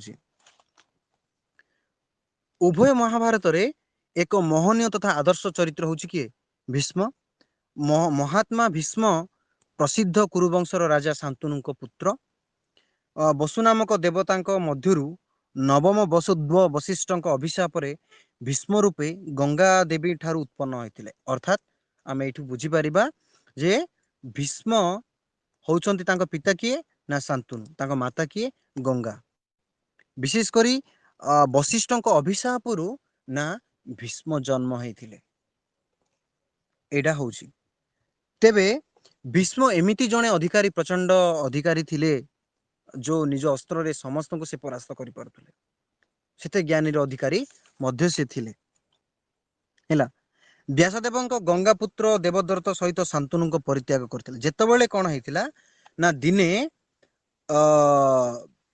से अस्त्र चालन शिखुथिले किए भीष्म छोट बेले तो सही समय रे कौन है ना गंगा जो नदीटा जो बहुची से जो तांकर जो नदी जो बहुची जो धार सेठू कौन है ना सेठी लगी आघात लगी से शिखिला समय रे गंगांकर देहरे तो सेठू कौन करथिले ना गंगा रागी जाइथिले गंगा रागी जाइकी कौन करथिले ना अलगा हेबा ପାଇଁ ଯାଇଥିଲେ ଯାହାକି ସେ ଈଶ୍ୱର ପାଖକୁ ଯାଇଥିଲେ ହେଲା ଏଇଟା ହଉଛି ମେନ୍ ଷ୍ଟୋରି ପୁଣି ଅଛି ଦେଖ ସାରଳା ମହାଭାରତରେ ଟିକେ ଅଲଗା ହଉଛି ତମର ସଂସ୍କୃତ ମହାଭାରତରେ ଟିକେ ଅଲଗା ରହୁଛି ଦେଖ ବ୍ୟାସଦେବଙ୍କ ଗଙ୍ଗା ପୁତ୍ର ଦେବଦ୍ରତ ସହିତ ଶାନ୍ତନୁକୁ ପରିତ୍ୟାଗ କରିଥିଲେ ଅର୍ଥାତ୍ ବ୍ୟାସଦେବଙ୍କ ଗଙ୍ଗା ଏବଂ ପୁତ୍ର ଦେବବ୍ରତ ସହିତ ଶାନ୍ତନୁକୁ ପରିତ୍ୟାଗ କରିଥିଲେ ଦେଖ ଏଇଠି କଣ ଆସୁଛି ଯେତେବେଳେ ଗଙ୍ଗା ଏମାନଙ୍କୁ ଛାଡ଼ିଥିଲେ ସେତେବେଳକୁ ଏମାନେ ଭିନେଇ ଯାଇଥିଲେ ଅର୍ଥାତ୍ ମା ଛେଉଣ୍ଡ ହେଇଯାଇଥିଲେ କିଛି ବର୍ଷ ପରେ ଶାନ୍ତନୁ ମୃଗୟାରେ ଯାଇ ଗଙ୍ଗା ନଦୀ ବକ୍ଷରେ କ୍ରୀଡ଼ାରତ ଦେବବ୍ରତର ପରିଚୟ ଗଙ୍ଗା ଦେବୀ ଠାରୁ ପାଇଥିଲେ ତାପରେ ପୁତ୍ର ଭୀଷ୍ମଙ୍କ ସହିତ ଶାନ୍ତନୁ ସ୍ୱରାଜକୁ ପ୍ରତ୍ୟାବର୍ତ୍ତନ କରିଥିଲେ ଯେତେବେଳେ ଅଲଗା ହେଇଯାଇଥିଲେ ପରେ ପୁଣି ପରେ ଗଙ୍ଗାକୁ ପୁଣି ପାଇଥିଲେ ଶାନ୍ତନୁ ଯାହା ଦ୍ୱାରା କି ପରେ ଆସିଥିଲେ ମଧ୍ୟରୁ ହେଲା ପରେ ଆସିଥିଲେ ଦେଖ ଷ୍ଟୋରି ଏଇଟା ହଉଛି ଆମର ସଂସ୍କୃତ ମହାଭାରତରେ କଣ ହଉଛି ଦେଖ କିନ୍ତୁ ସାରଳା ମହାଭାରତରେ କଣ ଅଛି ଏଇଟା ଥିଲା ପ୍ରଥମେ ସଂସ୍କୃତ ମହାଭାରତ ତାପରେ ସାରଳା ମହାଭାରତ ତମକୁ ମୁଁ କାହିଁକି ଏପଟ ପଳେଇ ଆସିଲି ଆଣିଦେଲି ମୁଁ ତମକୁ ପରେ କହିବି ଅର୍ଥାତ୍ ଶାନ୍ତି ପର୍ବ ମୁଁ ଏବେ ଆଲୋଚନା କରୁନି ଭୀଷ୍ମଙ୍କ ଚରିତ୍ର ସମ୍ପର୍କରେ ଆଲୋଚନା କରୁଛି ଶାନ୍ତି ପର୍ବ ଲାଷ୍ଟ କହିଦେବି ଏଣ୍ଡିଂ କରିଦେବି ତମମାନେ ବୁଝିପାରିବ ତେଣୁକରି ମୁଁ ଏପଟ ଆଣିଦେଲି ତ ଦେଖ ଡିଫରେନ୍ସଟା କଣ ରହୁଛି କିନ୍ତୁ ସାରଳା ମହାଭାରତରେ କଣ ବର୍ଣ୍ଣନା ହଉଛି ଭୀଷ୍ମଙ୍କ ଜନ୍ମ ପରେ ଗଙ୍ଗା ତାଙ୍କୁ ପୂର୍ବ ପୁତ୍ରମାନଙ୍କ ପରି ଅସ୍ତ୍ର ଧରି ହତ୍ୟା କରିବାକୁ ଉଦ୍ୟତ ହୁଅନ୍ତେ ଶାନ୍ତନୁଙ୍କୁ ଗଙ୍ଗା ଉପରେ ବିରକ୍ତ ହୋଇ କ୍ରୋଧରେ ତାଙ୍କୁ ଗାଙ୍ଗୀ ବୋଲି ସମ୍ବୋଧନା କରିଛନ୍ତି ସଂସ୍କୃତ ମହାଭାରତରେ କଣ ଦେଖିଲେ ଯେତେବେଳେ ବଶିଷ୍ଠଙ୍କ ଅଭିଶାପରୁ ଶାନ୍ତନୁ ଏବଂ ଗଙ୍ଗାଙ୍କର ଔରସ୍ୟରୁ ଭୀଷ୍ମ ଜନ୍ମ ହୋଇଥିଲେ ନବମ ପୁତ୍ର ଭାବରେ ଯାହା ଦ୍ୱାରା କି ଯେତେବେଳେ ବାଲ୍ୟ ସମୟରେ ଭୀଷ୍ମ ମାନେ ଶିଖୁଥିଲେ ଯୁଦ୍ଧ କାର୍ଯ୍ୟ ଯେତେବେଳେ ଶିଖୁଥିଲେ ସେଇ ସମୟରେ ଯେତେବେଳେ ଗଙ୍ଗାକୁ ଆଘାତ ହେଇଥିଲା ତ ସିଏ ଛାଡିକି ରାଗରେ ପଳେଇଥିଲେ ଏଇଟା ହଉଛି ସଂସ୍କୃତ ମହାଭାରତ ଅନୁସାରେ କିନ୍ତୁ ସାରଳା ମହାଭାରତରେ କଣ ହଉଛି ଦେଖ ପୁରା ଅଲଗା ଯେତେବେଳେ ଗଙ୍ଗା ଭୀଷ୍ମକୁ ମାରିବା ପାଇଁ ଯାଉଥିଲେ ସବୁ ପୁଅଙ୍କୁ ମାରିଲା ଭଳି ଭୀଷ୍ମକୁ ମଧ୍ୟ ଯେତେବେଳେ ମାରିବା ପାଇଁ ଯାଉଥିଲେ ସେଇ ସମୟରେ ନା ଶାନ୍ତନୁ କଣ କହିଲେ ତୁ ଗଙ୍ଗା ନୁହଁ ତୁ ଗାଙ୍ଗୀ ଅର୍ଥାତ୍ ରାକ୍ଷସ ଭଳି ତାଙ୍କୁ ଗୋଟେ ଆଖ୍ୟା ଦେଇଥିଲେ ସେଇ ରାଗରେ କଣ କରିଥିଲେ ନା ଗଙ୍ଗା ପଳେଇ ଯାଇଥିଲେ ଶାନ୍ତନୁ ଗଙ୍ଗା ନବଜାତର ପୁତ୍ରକୁ ସେଇଠି ଛାଡି ଦେଇକି ପଳେଇଥିଲେ ଆଉ ଗଲାବେଳେ କଣ କହିଥିଲେ ତୁ ଯଦି ପଳେଇବୁ ଏବେ ଶାନ୍ତନୁ କହିଲେ ତାପରେ ତୁ ଯଦି ପଳେଇବୁ ଏ ପିଲା ଯୋଉ ଜନ୍ମ ହେଇଛି ୟା ଅବସ୍ଥା କଣ ହବ ହେଲା ୟା ଅବସ୍ଥା କଣ ହବ ବୋଲେ ସିଏ କହିଥିଲେ କିଏ ଗଙ୍ଗା ଜିଇଁଲେ ଜିଉଁ ମଲେ ମରୁ ମହର କିସ ଗଲା ଏଇଟା ଲେଖିବାକୁ ପଡିବ ଯଦି ଏମିତି କ୍ୱେଶ୍ଚିନ୍ ଆସୁଛି ଏଇ ସେମ୍ ଏକୁରେଟ୍ ଏମିତି ତମର ଲୋକାଲ ଲାଙ୍ଗୁଏଜରେ ଲେଖିବାକୁ ପଡିବ ଜିଇଁଲେ ଜିଉଁ ମଲେ ମରୁ ମହର କିସ ଗଲା ହେଲା ଏଇ ୱାର୍ଡଟା କହିଲେ ଅର୍ଥାତ୍ ଏଇଠୁ କଣ ହେଲା ଅର୍ଥାତ୍ ସେ ଯଦି ଜିଇଁବା ପାଇଁ ତାକୁ ଆଶୀର୍ବାଦ ମିଳିଲା କାହାକୁ ଭୀଷ୍ମକୁ ସେ ନିଜ ମୃତ୍ୟୁର ଆଶୀର୍ବାଦ ପାଇଲେ କଣ ସେ ଯଦି ଚାହିଁବ ଜିଇଁ ପାରିବ ସେ ଯଦି ଚାହିଁବ ମରିପାରିବ ଏଇ ଉଦ୍ଦେଶ୍ୟରେ ତାଙ୍କୁ ଗୋଟେ ଆଶୀର୍ବାଦ ମିଳିଲା ଏଇଟା ହଉଛି ସାରଳା ମହାଭାରତ ଅନୁସାରେ କିନ୍ତୁ ସେଇଠି ଅଲଗା ତାପରେ ଦେଖ ରାଜା ଏଇଟା ସଂସ୍କୃତ ବି ଦେଖିବା ରାଜା ଶାନ୍ତନୁ କୈବର୍ତ୍ତ ରାଜାଙ୍କ କନ୍ୟା ସତ୍ୟବତୀ ପ୍ରତି ଆକୃଷ୍ଟ ହେଲେ ଏବଂ ତାଙ୍କୁ ବିବାହ କରିବା ନିମିତ୍ତ ଇଚ୍ଛା ପ୍ରକାଶ କଲେ କିନ୍ତୁ କୈବର୍ତ୍ତ ରାଜା ଏଥିପାଇଁ ଏକ ସର୍ତ୍ତ ଆରୋପ କଲେ ଏଇ ସର୍ତ୍ତଟି ହେଲା ସତ୍ୟବତୀଙ୍କ ପୁତ୍ର ଶାନ୍ତନୁ ହିଁ ଶାନ୍ତନୁଙ୍କ ପରେ ସମବଂଶର ରାଜା ସିଂହାସନର ଅଧିକାରୀ ହେବ ଏ ପ୍ରସ୍ତାବକୁ ଶାନ୍ତନୁ ସମ୍ମତି ନ କରି ମନ ଦୁଃଖରେ ରାଜଧାନୀକୁ ପ୍ରତ୍ୟାବର୍ତ୍ତନ କଲେ ବୁଦ୍ଧିମାନ ଦେବବ୍ରତ ପିତାଙ୍କର ଅଭିଳାଷ ବୁଝିପାରିଲେ ଏବଂ ତେଣୁ ସେ ପିତାଙ୍କର ନିମିତ୍ତ ସତ୍ୟବତୀକୁ ଯାଚଜ୍ଞା କଲେ ଏବଂ ବିବାହ ନ କରି ଆଜୀବନ ବ୍ରହ୍ମଚର୍ଯ୍ୟ ପାଳନ କରିବେ ବୋଲି କଠୋର ପ୍ରତିଜ୍ଞା କଲେ ଏଥିରେ ଦେବତାମାନେ ପୁଷ୍ପବୃଷ୍ଟି କଲେ ଏବଂ ସେ ଭୀଷ୍ମ ବୋଲି ପରିଚିତ ହେଲେ ପୁତ୍ରର ଏହି କାର୍ଯ୍ୟ ଆତ୍ମସନ୍ତୋଷ ଲାଭ କରି ରାଜଶ୍ରୀ ଶାନ୍ତନୁ ଭୀଷ୍ମକୁ ସ୍ୱଚ୍ଛନ୍ଦ ମୃତ୍ୟୁବର ପ୍ରଦାନ କରିଥିଲେ ଏହିପରି ଭାବରେ ଜୀବନର ପ୍ରାରମ୍ଭରେ ପିତାଙ୍କ ଇଚ୍ଛା ପୂର୍ଣ୍ଣ କରି ସଂସାର ସମ୍ମୁଖରେ ଅଲୌକ୍ୟ ତ୍ୟାଗର ଆଦର୍ଶ ପ୍ରସ୍ଥାପନ କଲେ ଏଇଠି ଆଉ ଗୋଟେ ଜିନିଷ ଆମକୁ କଣ ଶୁଣିବାକୁ ମିଳିଲା ସଂସ୍କୃତ ମହାଭାରତ ଅନୁସାରେ ଦେଖ ଯେତେବେଳେ ଆମେ ରିଟର୍ନ ହେବା ଟିକେ କଣ ରିଟର୍ନ ହେବା ଯେତେବେଳେ ସଂସ୍କୃତ ମହାଭାରତରେ କଣ ହଉଥିଲା ଗଙ୍ଗା ଚାଲିଗଲା ପରେ କଣ ହେଲା ଶାନ୍ତନୁ ଏକାକୀ ହେଇଗଲେ ପିଲାକୁ କିଏ ଧରିବ ତ ସେଇ ସମୟରେ ନା କଣ କଲେ ଶାନ୍ତନୁ ସତ୍ୟବତୀ ନାମକ ଏକ କନ୍ୟାକୁ ପସନ୍ଦ କରିଥିଲେ ଏଇଠୁ ଆମେ କଣ ବୁଝିବାକୁ ହବ ସେଇ ସମୟରେ ମଧ୍ୟ ଯୋଉ ସ୍ତ୍ରୀ ଚୟନ ଯୋଉ ଅର୍ଥାତ୍ ଏକ ପତ୍ନୀ ନୁହଁ ବହୁ ପତ୍ନୀର ଭୂମିକା ମଧ୍ୟ ସେତେବେଳେ ରହିଥିଲା। ବହୁ ପ୍ରତି ଗ୍ରହଣ, ବହୁ ପତ୍ନୀ ଗ୍ରହଣ ସେଇ ନୀତି ମଧ୍ୟ ସେଇ ସମୟରେ ଥିଲା। ଏଇଠୁ ଆମେ ବୁଝିପାରିବା ଏଇଟା ଗୋଟେ ହିଂସ ଆମକୁ ମିଳିଛି। ତ କଣ ହେଲା, ସେ ଯେତେବେଳେ ସତ୍ୟବତୀ କି ବାହା ହେବା ପାଇଁ ଇଚ୍ଛା ପ୍ରକାଶ କଲେ, ସେଇ ସମୟରେ ନା ତାଙ୍କୁ ପୂର୍ବରୁ ଗୋଟେ କଣ ହେଇଥିଲା ସନ୍ଦେଶ ଆସିଥିଲା, ଯଦି ତମେ ଦ୍ୱିତୀୟ ବିବାହ କରିବ କର, କିଛି ଅସୁବିଧା ନାହିଁ, କିନ୍ତୁ ସେଇ ଯୋଉ ଦ୍ୱିତୀୟ ବିବାହରୁ ଯୋଉ ପୁତ୍ର ଜନ୍ମ ହବ ତାର ହାତରେ ହିଁ ତମର ମୃତ୍ୟୁ ହବ। କାହାର? ଶାନ୍ତନୁର। ଏଇ କଥାଟା ଶାନ୍ତନୁ କୁ ପୂର୍ବରୁ ସନ୍ଦେଶ ହେଇଥିଲା। ଯେତେବେଳେ ଏଇଟା ଜାଣିଥିଲେ, ଏଇ ଅନୁସାରେ ଏଇଟା ପୁଣି ଏଇଟା ହଉଛି ମୁଁ ଅଲଗା କହିଦେଲି, ସାରଳା ମହାଭାରତ ସମ୍ପର୍କ କହିଦେଲି। ସଂସ୍କୃତ ମହାଭାରତରେ କଣ ହଉଛି, ଯେତେବେଳେ ପସନ୍ଦ କରିଥିଲେ ସତ୍ୟବ୍ରତୀ, ଦେଖ ତମକୁ ମୁଁ ଟିକେ ଅଲଟା ପଲଟା କରିଦେଲି, ଟିକେ ଫ୍ଲୋର ଏପଟ ସେପଟ ହେଇଗଲା, ଏଇଠି ଟିକେ ବୁଝିଦିଅ। ସଂସ୍କୃତ ମହାଭାରତରେ ଯେତେବେଳେ ସତ୍ୟବ୍ରତୀ ସେ ପାଇବା ପାଇଁ ଚାହୁଁଥିଲେ, ଭୀଷ୍ମ କଣ କଲେ ନା ସେ ଯାଇଥିଲେ ଆକୁ ବୁଝେଇବା ପାଇଁ। କାହାକୁ? ତାଙ୍କ ମାତାକୁ, ଯୋଉ ସତ୍ୟବତୀ। କିନ୍ତୁ ଶାନ୍ତନୁ କଣ କହିଲେ, ଯେତେବେଳେ ଯାଇଥିଲେ ସେ ରଜାଙ୍କ ପାଖକୁ, ଅର୍ଥାତ୍ ସତ୍ୟବତୀର ବାପା ପାଖକୁ, ସେ କହିଲେ ଯେତେବେଳେ ତମ ପୁଅ ହବ, ଅର୍ଥାତ୍ ତମ ମାନଙ୍କର ଯୋଉ ଉତ୍ତରାଧିକାରୀ ଯିଏ ବି ଜନ୍ମ ହବ ସେ ହିଁ ରାଜା ହବ, ଭୀଷ୍ମ ସେଠାରେ ହବ ନାହିଁ। ଏ କଥା କହିଲାରୁ ସେ ବାହାରିଥିଲେ। ହେଲା, ଏମିତି ଥିଲା।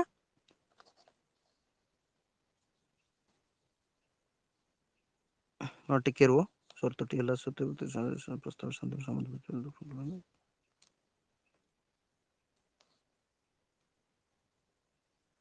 ହଁ, ଏଇଠୁ ଆଉ ଗୋଟେ ଜିନିଷ ଆମକୁ ଏଠି ମିଳୁଛି।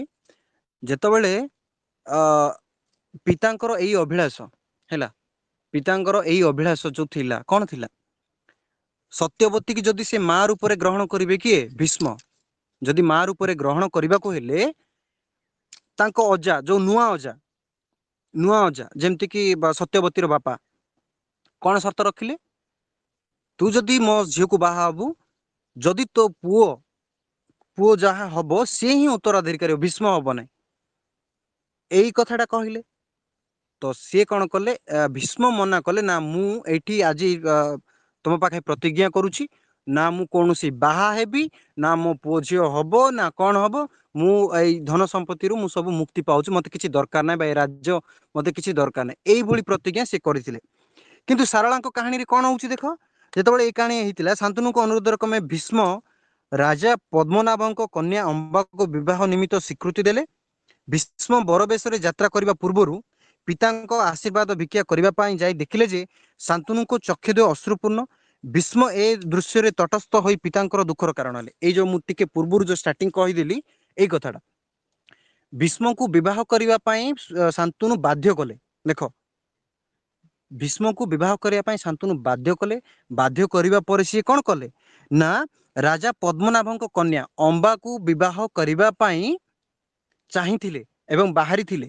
ହେଲେ ଯେତେବେଳେ ପିତାଙ୍କ ଆଶୀର୍ବାଦ ନେବା ପାଇଁ ଚାହୁଁଥିଲେ, ସେଇଠି ଶାନ୍ତନୁ କଣ କହିଲେ, ତୁ ଯେତେବେଳେ ବାହା ହବୁ, ତୋ ସ୍ତ୍ରୀରୁ ମାନେ ତୋ ଗର୍ଭରୁ ଯେତେବେଳେ ସେ ପୁଅଟା ଆସିବ, ବା ତୋ ଔରସରୁ ଯେତେବେଳେ ଜନ୍ମ ହବ, ସିଏ ମୋ ମୃତ୍ୟୁର କାରଣ ହବ। ଏତିକି ଯେତେବେଳେ କହିଦେଲେ, ଶାନ୍ତନୁ ସାଙ୍ଗେ ସାଙ୍ଗେ ନା କଣ ଭୀଷ୍ମ ପ୍ରତିଜ୍ଞା କଲେ ଯେ ମୁଁ ଆଉ କୌଣସି ବାହା ହେବିନି, କି ଏଇ ରାଜ୍ୟ ଫାଜ୍ୟ ମତେ କିଛି ଦରକାର ନାହିଁ। ଏଇଟା ଏମିତି ଷ୍ଟୋରି। କିନ୍ତୁ ସାରଳା ମହାଭାରତ, ସଂସ୍କୃତ ମହାଭାରତରେ ଅଲଗା ରହୁଛି, ଡିଫରେନ୍ସ ରହିଲା। ତାପରେ ତେଣୁ ଭୀଷ୍ମ ଆଜି ପର୍ଯ୍ୟନ୍ତ ସେ ବିବାହ କରିନଥିଲେ। ହେଲା, ଏଇଟା ଗୋଟେ ଷ୍ଟୋରି ଗଲା। ପୁଣି ଦେଖ ସଂସ୍କୃତ ମହାଭାରତ ଅନୁସାରେ କଣ ହଉଛି। ଦେଖ, ସଂସ୍କୃତ ମହାଭାରତରେ କଣ ହଉଛି ନା ଏଇ ଅମ୍ବା ଚରିତ୍ର ରହିଛି। ସଂସ୍କୃତ ମହାଭାରତ, ସାରଳା ମହାଭାରତରେ ଅମ୍ବା ଚରିତ୍ର ରହୁଛି, କିନ୍ତୁ ଦେଖ ଡିଫରେନ୍ସ କଣ ରହୁଛି। ଯେତେବେଳେ ତାଙ୍କ ଭାଇମାନେ, ଯେହେତୁ ଇଏ ନବମ ସନ୍ତାନ ନା ଭୀଷ୍ମ, ତେଣୁକୁ ତାଙ୍କ ଭାଇମାନେ ବି ଅଛନ୍ତି, ବଡ଼ମାନେ ଅଛନ୍ତି। ତ ତାଙ୍କ ସହୋଦର ଚିତ୍ରବୀର୍ଯ୍ୟ ଏବଂ ବିଚିତ୍ର ବୀର୍ଯ୍ୟଙ୍କ ପାଇଁ କାଶୀ ନରେଶଙ୍କ 3 କନ୍ୟା, ବିଶେଷ କରି ଅମ୍ବା, ଅମ୍ବିକା, ଅମ୍ବାଳିକାଙ୍କୁ ହେଲା ସ୍ୱୟଂବର ସଭାରୁ ବଳପୂର୍ବକ ହରଣ କରି ନେଇ ଆସିଥିଲେ। ଅମ୍ବା ଶାଲୁଙ୍କ ବିବାହ ନିମିତ୍ତ ମନସ୍ଥ ହୋଇଥିଲା। ଏକଥା ଭୀଷ୍ମ ଜାଣିବା ପରେ ଅମ୍ବାଙ୍କ ବ୍ୟତୀତ ଅନ୍ୟ 2 କନ୍ୟା ବିଚିତ୍ର ବୀର୍ଯ୍ୟା ସହ ବିବାହ କରାଇଲେ। ଏଇଠି ଦେଖ କଣ ହଉଛି, ସଂସ୍କୃତ ମହାଭାରତ ଅନୁସାରେ ତାଙ୍କ 2 ଭାଇ ଯିଏକି ଚିତ୍ରବୀର୍ଯ୍ୟ ଏବଂ ବିଚିତ୍ର ବୀର୍ଯ୍ୟଙ୍କ ବିବାହ ନିମନ୍ତେ ଭୀଷ୍ମ ବି ଯାଇଥିଲେ। ଯେ କୋଉଠି ନା ନରେଶ, କାଶୀର ରାଜା ନରେଶଙ୍କ ପାଖକୁ ଯାଇଥିଲେ ତାଙ୍କ 3ଟି ଝିଅକୁ ବିବାହ କରିବା ପାଇଁ। ଯାହା ଦ୍ୱାରା ସେମାନେ କ'ଣ କଲେ ନା ବିଶେଷ କରି ଅ ଅମ୍ବା ଯୋଉ ନାରୀ ଯୋଉ ଚରିତ୍ର ଅଛି ସେ ସାଲୁ ବୋଲିକି ଗୋଟେ ଲୋକକୁ ବାହା ହେବା ପାଇଁ ଚାହୁଁଥିଲା। ତେଣୁକରି ଏହା ଜାଣି ଭୀଷ୍ମ କ'ଣ କଲେ, ସେ 3 ଜଣଙ୍କୁ କିଡନାପ କରିଦେଇଥିଲେ। କିଡନାପ କରି ଆଣିକି ତାଙ୍କ 2 ଭାଇକି ବିବାହ କରିଥିଲେ। ଏଇଟା ହଉଛି ସଂସ୍କୃତ ମହାଭାରତ ଅନୁସାରେ। କିନ୍ତୁ ବିଚିତ୍ର ବୀର୍ଯ୍ୟ ଅଧିକ ଦିନ ବଞ୍ଚି ପାରିଲେ ନାହିଁ। ଫଳରେ କୁରୁବଂଶ ଲୋପ ହେବାର ସମୟ ଆସି ପହଞ୍ଚିଲା। ବଂଶ ରକ୍ଷା ନିମିତ୍ତ ସତ୍ୟବତୀ ଭୀଷ୍ମକୁ ଅନେକ ଅନୁରୋଧ କରିବା ସତ୍ତ୍ୱେ ତାହା ପ୍ରତ୍ୟାଖ୍ୟାନ କଲେ। ସଂସ୍କୃତ ମହାଭାରତରେ ଭୀଷ୍ମ ଅମ୍ବିକା ଅମ୍ବାଳିକାକୁ ଦେଢ଼ଶୁର, ଶାରଳା ମହାଭାରତରେ ଦେବର। ଏଇଠି ଟିକେ ଚେଞ୍ଜ ଦେଖ। ଏଇଠି କ'ଣ ହେଲା, ଯେତେବେଳେ ବାଧ୍ୟକତାରେ ବିବାହ କଲେ କିଏ, ଭୀଷ୍ମ ଆଣିକି 3 ଜଣଙ୍କୁ ବିବାହ କରାଇ ଦେଇଥିଲେ ସତ, କିନ୍ତୁ ବିଚିତ୍ର ବୀର୍ଯ୍ୟ ବେଶୀ ଦିନ ବଞ୍ଚି ପାରିଲା ନାହିଁ। ଯେହେତୁ ସେମାନଙ୍କର କୌଣସି ପୁତ୍ର ହେଲା ନାହିଁ, ଅଳ୍ପ କମ୍ ସମୟରେ ମୃତ୍ୟୁବରଣ କରିଥିଲେ। ତାପରେ ଭୀଷ୍ମକୁ ସେଇଠି ପ୍ରେସର କରାଯାଇଥିଲା।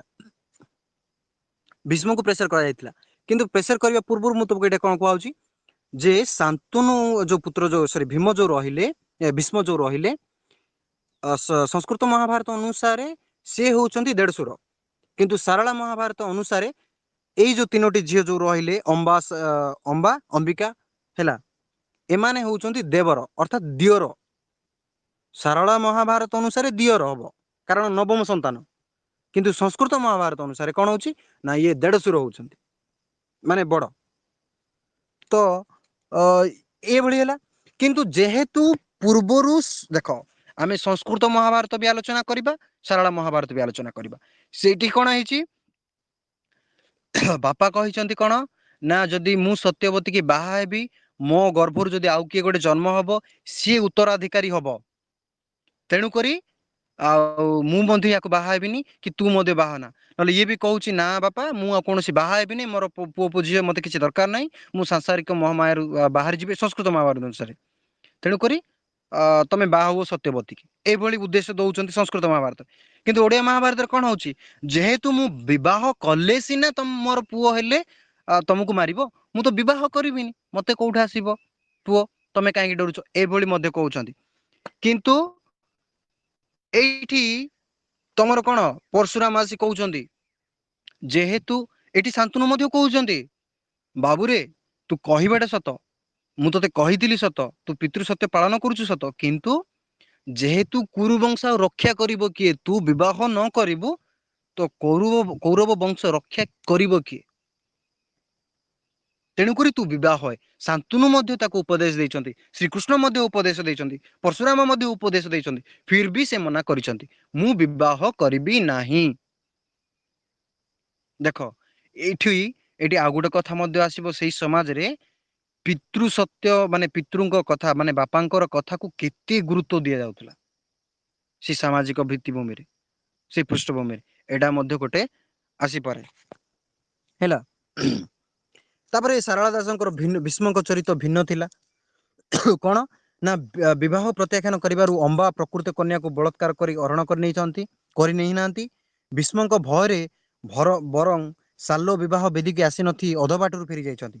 ପରିଶେଷରେ ରାଜା ପଦ୍ମନାଭ କନ୍ୟା ଅମ୍ବାକୁ ଭୀଷ୍ମଠାରେ ନଷ୍ଟ କରି ବରୁଣାବନ୍ତ ପ୍ରତ୍ୟାବର୍ତ୍ତନ କରିଛନ୍ତି। ଦେଖ ସଂସ୍କୃତ ମହାଭାରତରେ କ'ଣ ରଚନା ହେଇଛି, ଆମେ ଟିକେ ଆଗରୁ ପଢିଲେ ସ୍ୱୟଂବର ହେଲା। ସ୍ୱୟଂବର ହେଲା ପରେ କ'ଣ ହେଲା ନା କିଡନାପ କରିକି ନେଇଥିଲେ କିଏ, ଅମ୍ବାଳିକାକୁ ଭୀଷ୍ମ କିଡନାପ କରିକି ନେଇକି ତାଙ୍କ ଭାଇମାନଙ୍କୁ ବିବାହ କରିଥିଲେ, ଏଇଟା ଲେଖା ହେଇଛି। କିନ୍ତୁ ସଂସ୍କୃତ ଓଡ଼ିଆ ମହାଭାରତରେ ଶାରଳା ଦାସ ପୁରା ଅଲଗା ଲେଖିଛନ୍ତି। କ'ଣ ଲେଖିଛନ୍ତି, ଜାଣିଥିଲେ ଯେ ସାଲୁଅ ଆଉ ଅମ୍ବା ଉଭୟଙ୍କୁ ପସନ୍ଦ କରୁଛନ୍ତି। ସାଲୁ ବୋଲି ଗୋଟେ ରାଜା, ତାକୁ ବିବାହ କରିବା ପାଇଁ, ରାଜକୁମାର ତାକୁ ବିବାହ କରିବା ପାଇଁ ଚାହୁଁଛନ୍ତି। କିନ୍ତୁ ଭୀଷ୍ମ ଯେହେତୁ ବିଶେଷ କରି କାହାର, ବିଚିତ୍ର ବୀର୍ଯ୍ୟଙ୍କର ଭାଇ, ଭୀଷ୍ମ ଯେହେତୁ ଗୋଟେ ଡେଞ୍ଜର ଲୋକ, ପରଶୁରାମ ଭଳି ଲୋକ, ତେଣୁକରି ତାଙ୍କ ଭୟରେ ସେଇଠି ସାଲୁ ଆସିନଥିଲେ ବିବାହ କରିବା ପାଇଁ କାହାକୁ, ଅମ୍ବାକୁ। ତେଣୁକରି ସେ ଗୋଟେ କାରଣ ହେଲେ, ଦାୟୀ ହେଲେ କିଏ, ଭୀଷ୍ମ। ତେଣୁକରି ଅମ୍ବାଙ୍କର ବାପା କ'ଣ କରିଥିଲେ ନା ତୁ ତ ଦାୟୀ, ତୋ ଭୟରେ ହିଁ ସାଲୁ ଆସିଲା ନାହିଁ ବାହାଘରକୁ, ତୁ ନେ ୟାକୁ ବିବାହ କର ବୋଲି ତାଙ୍କ ଘରେ ଛାଡିକି ପଳେଇ ଯାଇଥିଲେ। କିନ୍ତୁ ପିତୃ ସତ୍ୟ ପାଳନ କରିବା ନିମନ୍ତେ ତାକୁ ଗ୍ରହଣ କରିନଥିଲେ କିଏ? ଭୀଷ୍ମ ଗ୍ରହଣ କରିନଥିଲେ। ତାକୁ ବିଭିନ୍ନ ପ୍ରକାର ଟର୍ଚର ଦେଇଥିଲେ, ବିଭିନ୍ନ ପ୍ରକାର ଟର୍ଚର ଦେଇଥିଲେ। ସେ ଟର୍ଚର ପରେ ସିଏ ପଳେଇଥିଲେ, କିଏ? ଅମ୍ବା ଘରୁ ପଳେଇଥିଲେ। ସିଏ ଯାଇଥିଲେ ଗୋଟିଏ ଋଷିଙ୍କ ପାଖକୁ, ତାଙ୍କରି ପାଖରେ ଆଶ୍ରୟ ନେଇଥିଲେ। ହେଲା, ତାଙ୍କରି ପରଶୁରାମ ପାଖରେ ବିଶେଷ କରି ଟିକେ ଟିକେ ହଁ ପରଶୁରାମ ପରଶୁରାମ ପାଖରେ ଅମ୍ବା ଯାଇକି ରହିଥିଲେ ବା ଶରଣ ନେଇଥିଲେ, ଯାହା ଦ୍ୱାରା ଅଭିଶାପ ଦେଇଥିଲେ। କିଏ? ଆ ଅମ୍ବା ମଧ୍ୟ ଅଭିଶାପ ଦେଇଥିଲେ ଭୀଷ୍ମକୁ। ହେଲା, ତୋର ମଧ୍ୟ ସେଇଭଳି କଷ୍ଟ ବା ଯନ୍ତ୍ରଣାଦାୟକ ତୋର ମଧ୍ୟ ମରଣ ହବ, ସେ ମଧ୍ୟ ଅଭିଶାପ ଦେଇଥିଲେ। ତାପରେ ପରବର୍ତ୍ତୀ ସମୟରେ, ମୁଁ ଆଉ ଗୋଟେ ଲେନ୍ଦି କରୁନି, ଟିକେ ଟିକେ କହିଦଉଛି। ପରବର୍ତ୍ତୀ ସମୟରେ ନା କଣ ହେଲା, ମହାଭାରତ ଯୁଦ୍ଧ ଯେତେବେଳେ ହଉଥିଲା, ସେଇ ସମୟରେ ଯୋଉ ଅମ୍ବା ଚରିତ୍ର ରହିଛି, ଏକ୍ଜାକ୍ଟ ସେଇ ଅମ୍ବା ପୁନର୍ଜନ୍ମ କରିଥିଲେ। ପୁନର୍ଜନ୍ମ କରି କଣ କରିଥିଲେ? ଶିଖଣ୍ଡୀ ଭାବରେ, ଗୋଟେ ନପୁଂସକ ଭାବରେ ସେ ଜନ୍ମଗ୍ରହଣ କରିଥିଲେ। ଯୋଉ ଆମେ ଯୋଉ ମାଇଚିଆ ବୋଲି ଯୋଉ କହୁଛେ, ଛକା ବୋଲି ଯୋଉ କହୁଛେ, ହେଲା, ଟ୍ରାନ୍ସଜେଣ୍ଡର ଯୋଉ କହୁଛେ, ସେଇଭଳି ଭାବରେ ସେ ଗୋଟେ ଜନ୍ମ କରିଥିଲେ, ଅର୍ଦ୍ଧନାରୀ ବୋଲି ଆମେ କହିପାରିବା। ହେଲା, କିଏ? ଶିଖଣ୍ଡୀ ଭାବରେ ସେ ଜନ୍ମଗ୍ରହଣ କରିଥିଲେ, ଯାହା ପ୍ରତି କି ଭୀଷ୍ମଙ୍କର ମନ ଆସି ଯାଇଥିଲା। ଦେଖ, ଏତେ ସମୟ ଆସିନଥିଲା, କିନ୍ତୁ ଶିଖଣ୍ଡୀ କି ଦେଖିକି ତାଙ୍କ ମନ ଆସି ଯାଇଥିଲା। ଯାହା ପରେ ସେ ରିଏଲାଇଜ କରିଥିଲେ, ମୁଁ ଏ କେତେ ବଡ ପାପ କଲି। ମତେ କାରଣ ଦେଖ, ଭୀଷ୍ମ ତ ବର ପାଇଥିଲେ ନା, ଯେବେ ଚାହିଁବ ସେବେ ମରିବ। ଗଙ୍ଗାଙ୍କ ଠାରୁ ପାଇଥିଲେ, ଶାନ୍ତନୁଙ୍କ ଠାରୁ ମଧ୍ୟ ପାଇଥିଲେ, ଭଗବାନ ମାନଙ୍କ ଠାରୁ ବି ପାଇଥିଲେ। ତେଣୁକରି ସେ ସେଇଠି ବର ମାଗିଲେ ଯେ 18 ଦିନ ଯୋଉ ମହାଭାରତ ହବ, ସେଇ ଦିନ ପର୍ଯ୍ୟନ୍ତ ମୁଁ ସରଶଯ୍ୟାରେ ସେଠି ରହିବି, ଆଉ ରହିଲା ପରେ ମୁଁ ଲାଷ୍ଟ ଦିନ ମୁଁ ମରିଯିବି। ଏଇ ବରଟା ମାଗିଥିଲେ, କିନ୍ତୁ ସେ ଜାଣିଥିଲେ ଶିଖଣ୍ଡୀ ହଉଛି ଅମ୍ବା। ସେଇ ଉଦ୍ଦେଶ୍ୟରେ ଭୀଷ୍ମଙ୍କର ମରଣ ହେଇଛି। ଏଇଟା ସଂସ୍କୃତ ମହାଭାରତ, ସାରଳା ମହାଭାରତରେ ଏଇଭଳି କମ୍ପାରିଜନ ହେଇଛି। ହେଲେ ଯେତେବେଳେ ଏବେ ଆସିବା ଆମେ ଶାନ୍ତି ପର୍ବକୁ, ଏଇଟା 5-10 ମିନିଟ୍ ହିଁ କହୁଛି। ଶାନ୍ତି ପର୍ବ ମୁଁ ବହୁତ ସମୟ ନେବି ନାହିଁ, ତମେ ପଢିଦିଅ ହେଇଯିବ। ଏବେ କଣ ହେଲା, ଶାନ୍ତି ପର୍ବ ଅନୁସାରେ ଯେତେବେଳେ ଶ୍ରୀକୃଷ୍ଣ, ଷ୍ଟାର୍ଟିଂରୁ ଯୋଉଟା କହିଲି, ଶ୍ରୀକୃଷ୍ଣ ଉପଦେଶ ଦେଲେ, ତୁ ଯେତେବେଳେ ମହାଭାରତ ଯୁଦ୍ଧ ହେଲା, ମହାଭାରତ ଯୁଦ୍ଧ ହେଲା ପରେ ସମସ୍ତେ କିଏ? ପାଣ୍ଡବ ମାନେ ବିଜୟ ହେଲେ। ପାଣ୍ଡବ ମାନେ ବିଜୟ ହେବା ପରେ ନା କଣ କଲେ, ପୂର୍ବରୁ ଯୁଦ୍ଧ ହେବା ପୂର୍ବରୁ ମଧ୍ୟ ଭୀଷ୍ମଙ୍କର ସହମତି ଲୋଡ଼ିଛନ୍ତି, କାରଣ ସେ ବଡ ବାପା, ତାଙ୍କ ସହମତି ଲୋଡ଼ିଛନ୍ତି ଯେ ଆମେ ଯୁଦ୍ଧକୁ କେମିତି କରିବା, କଣ କରିବା, ସବୁ ତାଙ୍କ ଆଶୀର୍ବାଦ ନେଇଛନ୍ତି। ତେଣୁକରି ସେତେବେଳେ ଭୀଷ୍ମ ମଧ୍ୟ କହିଥିଲେ, ବାବୁରେ, ଭଗବାନ ଶ୍ରୀକୃଷ୍ଣ ପାଣ୍ଡବ ମାନଙ୍କ ସପକ୍ଷରେ ଅଛି। ଅର୍ଜୁନ, ଦୁଶାସନ, ଦୁର୍ଯ୍ୟୋଧନ ଏମାନଙ୍କୁ କହିଥିଲେ, ଆମେ ମୂର୍ଖ, ତମେ ଯଦି ସେମାନଙ୍କ କଥା ଯଦି ତମେ ବୁଝୁନ, ତାହେଲେ ଆମର ବିନାଶ ଡେଫିନେଟଲି ହବ। ଏ କଥା ଭୀଷ୍ମ ମଧ୍ୟ କହିଥିଲେ, କିନ୍ତୁ ସେମାନେ ଶୁଣି ନଥିଲେ। ଯେହେତୁ ଏମାନେ ମଧ୍ୟ ପିତୃ ବୋଲି ଭାବରେ ଗ୍ରହଣ କରିଥିଲେ କାହାକୁ? ଭୀଷ୍ମକୁ। ତେଣୁକରି ଏମାନେ ଆଶୀର୍ବାଦ ନେବା ପାଇଁ ଆସିଥିଲେ। ସେତେବେଳକୁ ଶ୍ରୀକୃଷ୍ଣ କହିଥିଲେ, ତମେ ଗୋଟିଏ ରଜା କିଭଳି ଭାବରେ ପ୍ରଦର୍ଶନ କରିବାକୁ ପଡିବ, ଗୋଟେ ରାଜ୍ୟ ପରିଚାଳନା ନିମନ୍ତେ, ତମେ ଯାଇକି କିଛି ଉପଦେଶ ପାଅ। କାହାକୁ ମାଗିବ ନା ଭୀଷ୍ମଙ୍କ ଠାରୁ। ସେ ସରଶଯ୍ୟା ସମୟରେ ଯେତେବେଳେ ଯୁଦ୍ଧ ସରି ଯାଇଥିଲା, ଆସିଥିଲେ, ଯୁଧିଷ୍ଠିର ଆସିଥିଲେ, ଯେତେବେଳେ ରାଜା ହେଲେ, ସେତେବେଳେ ସେ କହିଲେ ସବୁ ଷ୍ଟୋରି ଏଇ ଶାନ୍ତି ପର୍ବ। ତାପରେ ଏଇ ଶାନ୍ତି ପର୍ବ ଆସିଲା। ହେଲା, ସେ କହିଲେ କେମିତି କଣ କରିବୁ, କଣ ନାହିଁ, ତାପରେ ଏବେ ସେ ସବୁ ହବ। ଶାନ୍ତି ପର୍ବଟା ଏଇଠୁ ହବ। ହେଲା, ଶାନ୍ତି ପର୍ବଟା ଏଇଠୁ ହବ। ତମର କଣ ନା, ବିଶେଷ କରି ଗୋଟିଏ ରାଜ୍ୟ ପାଳନ ନିମନ୍ତେ ତୋର କର୍ତ୍ତବ୍ୟ କଣ, ତୁ ସେଇ କାମ କରିବୁ। କାହାକୁ କିଛି ଭୟ କରିବୁ ନାହିଁ, ତୋ ପାଖରେ ଶ୍ରୀକୃଷ୍ଣ ଅଛନ୍ତି। ହଁ, ଧର୍ମକୁ ଆଦରିବୁ। ଆଉ ମିଥ୍ୟା ବା ଆମେ କହିପାରିବା ଲୋଭ, ମୋହ, ମାୟାରେ ସେ ସବୁ କିଛି ପଡିବୁ ନାହିଁ। ମିଥ୍ୟା କଥା କହିବୁ ନାହିଁ। ସବୁବେଳେ ପ୍ରଜା ମାନଙ୍କ ସେବା କରିବୁ। ହେଲା, ତାପରେ ଧର୍ମ ଉପରେ ଅଧିକ ଗୁରୁତ୍ୱ ଦବୁ। ଦୂତ ପ୍ରେରଣ କରି ରାଜ୍ୟରେ ଘଟୁଥିବା କାର୍ଯ୍ୟକୁ ତଦାରଖ କରିବୁ। ପ୍ରତିଦିନ ଗାଁ ଗାଁ ବୁଲିକି, ଅର୍ଥାତ୍ ଯୋଉମାନେ ନିଜର ଥିବେ, ସେଇଟା ବି ନିଜର ଲୋକମାନଙ୍କୁ ହିଁ ପ୍ରତି ଗାଁ ପ୍ରତିଦିନ 2 ଦିନକୁ 3 ଦିନକୁ ଗାଁ ଗୁଡାକ ବୁଲିବୁ। ସେଗୁଡାକ ଦେଖିବୁ, ସେମାନଙ୍କ ଯାହା ସମସ୍ୟା ଅଛି ତାକୁ ସମାଧାନ କରିବୁ। ପୁଣି ଯୋଉ ଲୋକକୁ ତୁ ପ୍ରେରିତ କରିବୁ, ताकू केबे भी अधिकार दबु नहीं ए कथा लास्ट लाइन रे लिखा आइची हैला अधिकार ताकू केबे दबु नहीं तू ही अधिकार रखिबू कौनसी लोक को अधिकार दबु नहीं जे ताकू कौनसी लोक जेंति को जने चोरी कला तू निज लोक बोली ताकू पठेलु किंतु ताकू से दंड दे पारिबो नहीं मते जने पठेजी माने मु ताकू दंड दे पारिबो राजा ही दंड दे पारिबो ए कथा मध्य भीष्म सेठी वर्णना करिसंती हैला ये थिला तमरो कंप्लीट महाभारत एटे तुमको मझिरे कहि देली शांति पर्वर कथा जोड़ा एथिरे मते तुम कौन विषय लक्ष्मी पुराण संपर्क एटा किंतु मु एग्जैक्टली मु कहिनी बहुत छाड़ी बहुत दिन एपट सेपट करी कहछि माने तुम खाली कॉन्सेप्ट क्लियर करबा बहुत दिन एपट सेपट हैछि हैला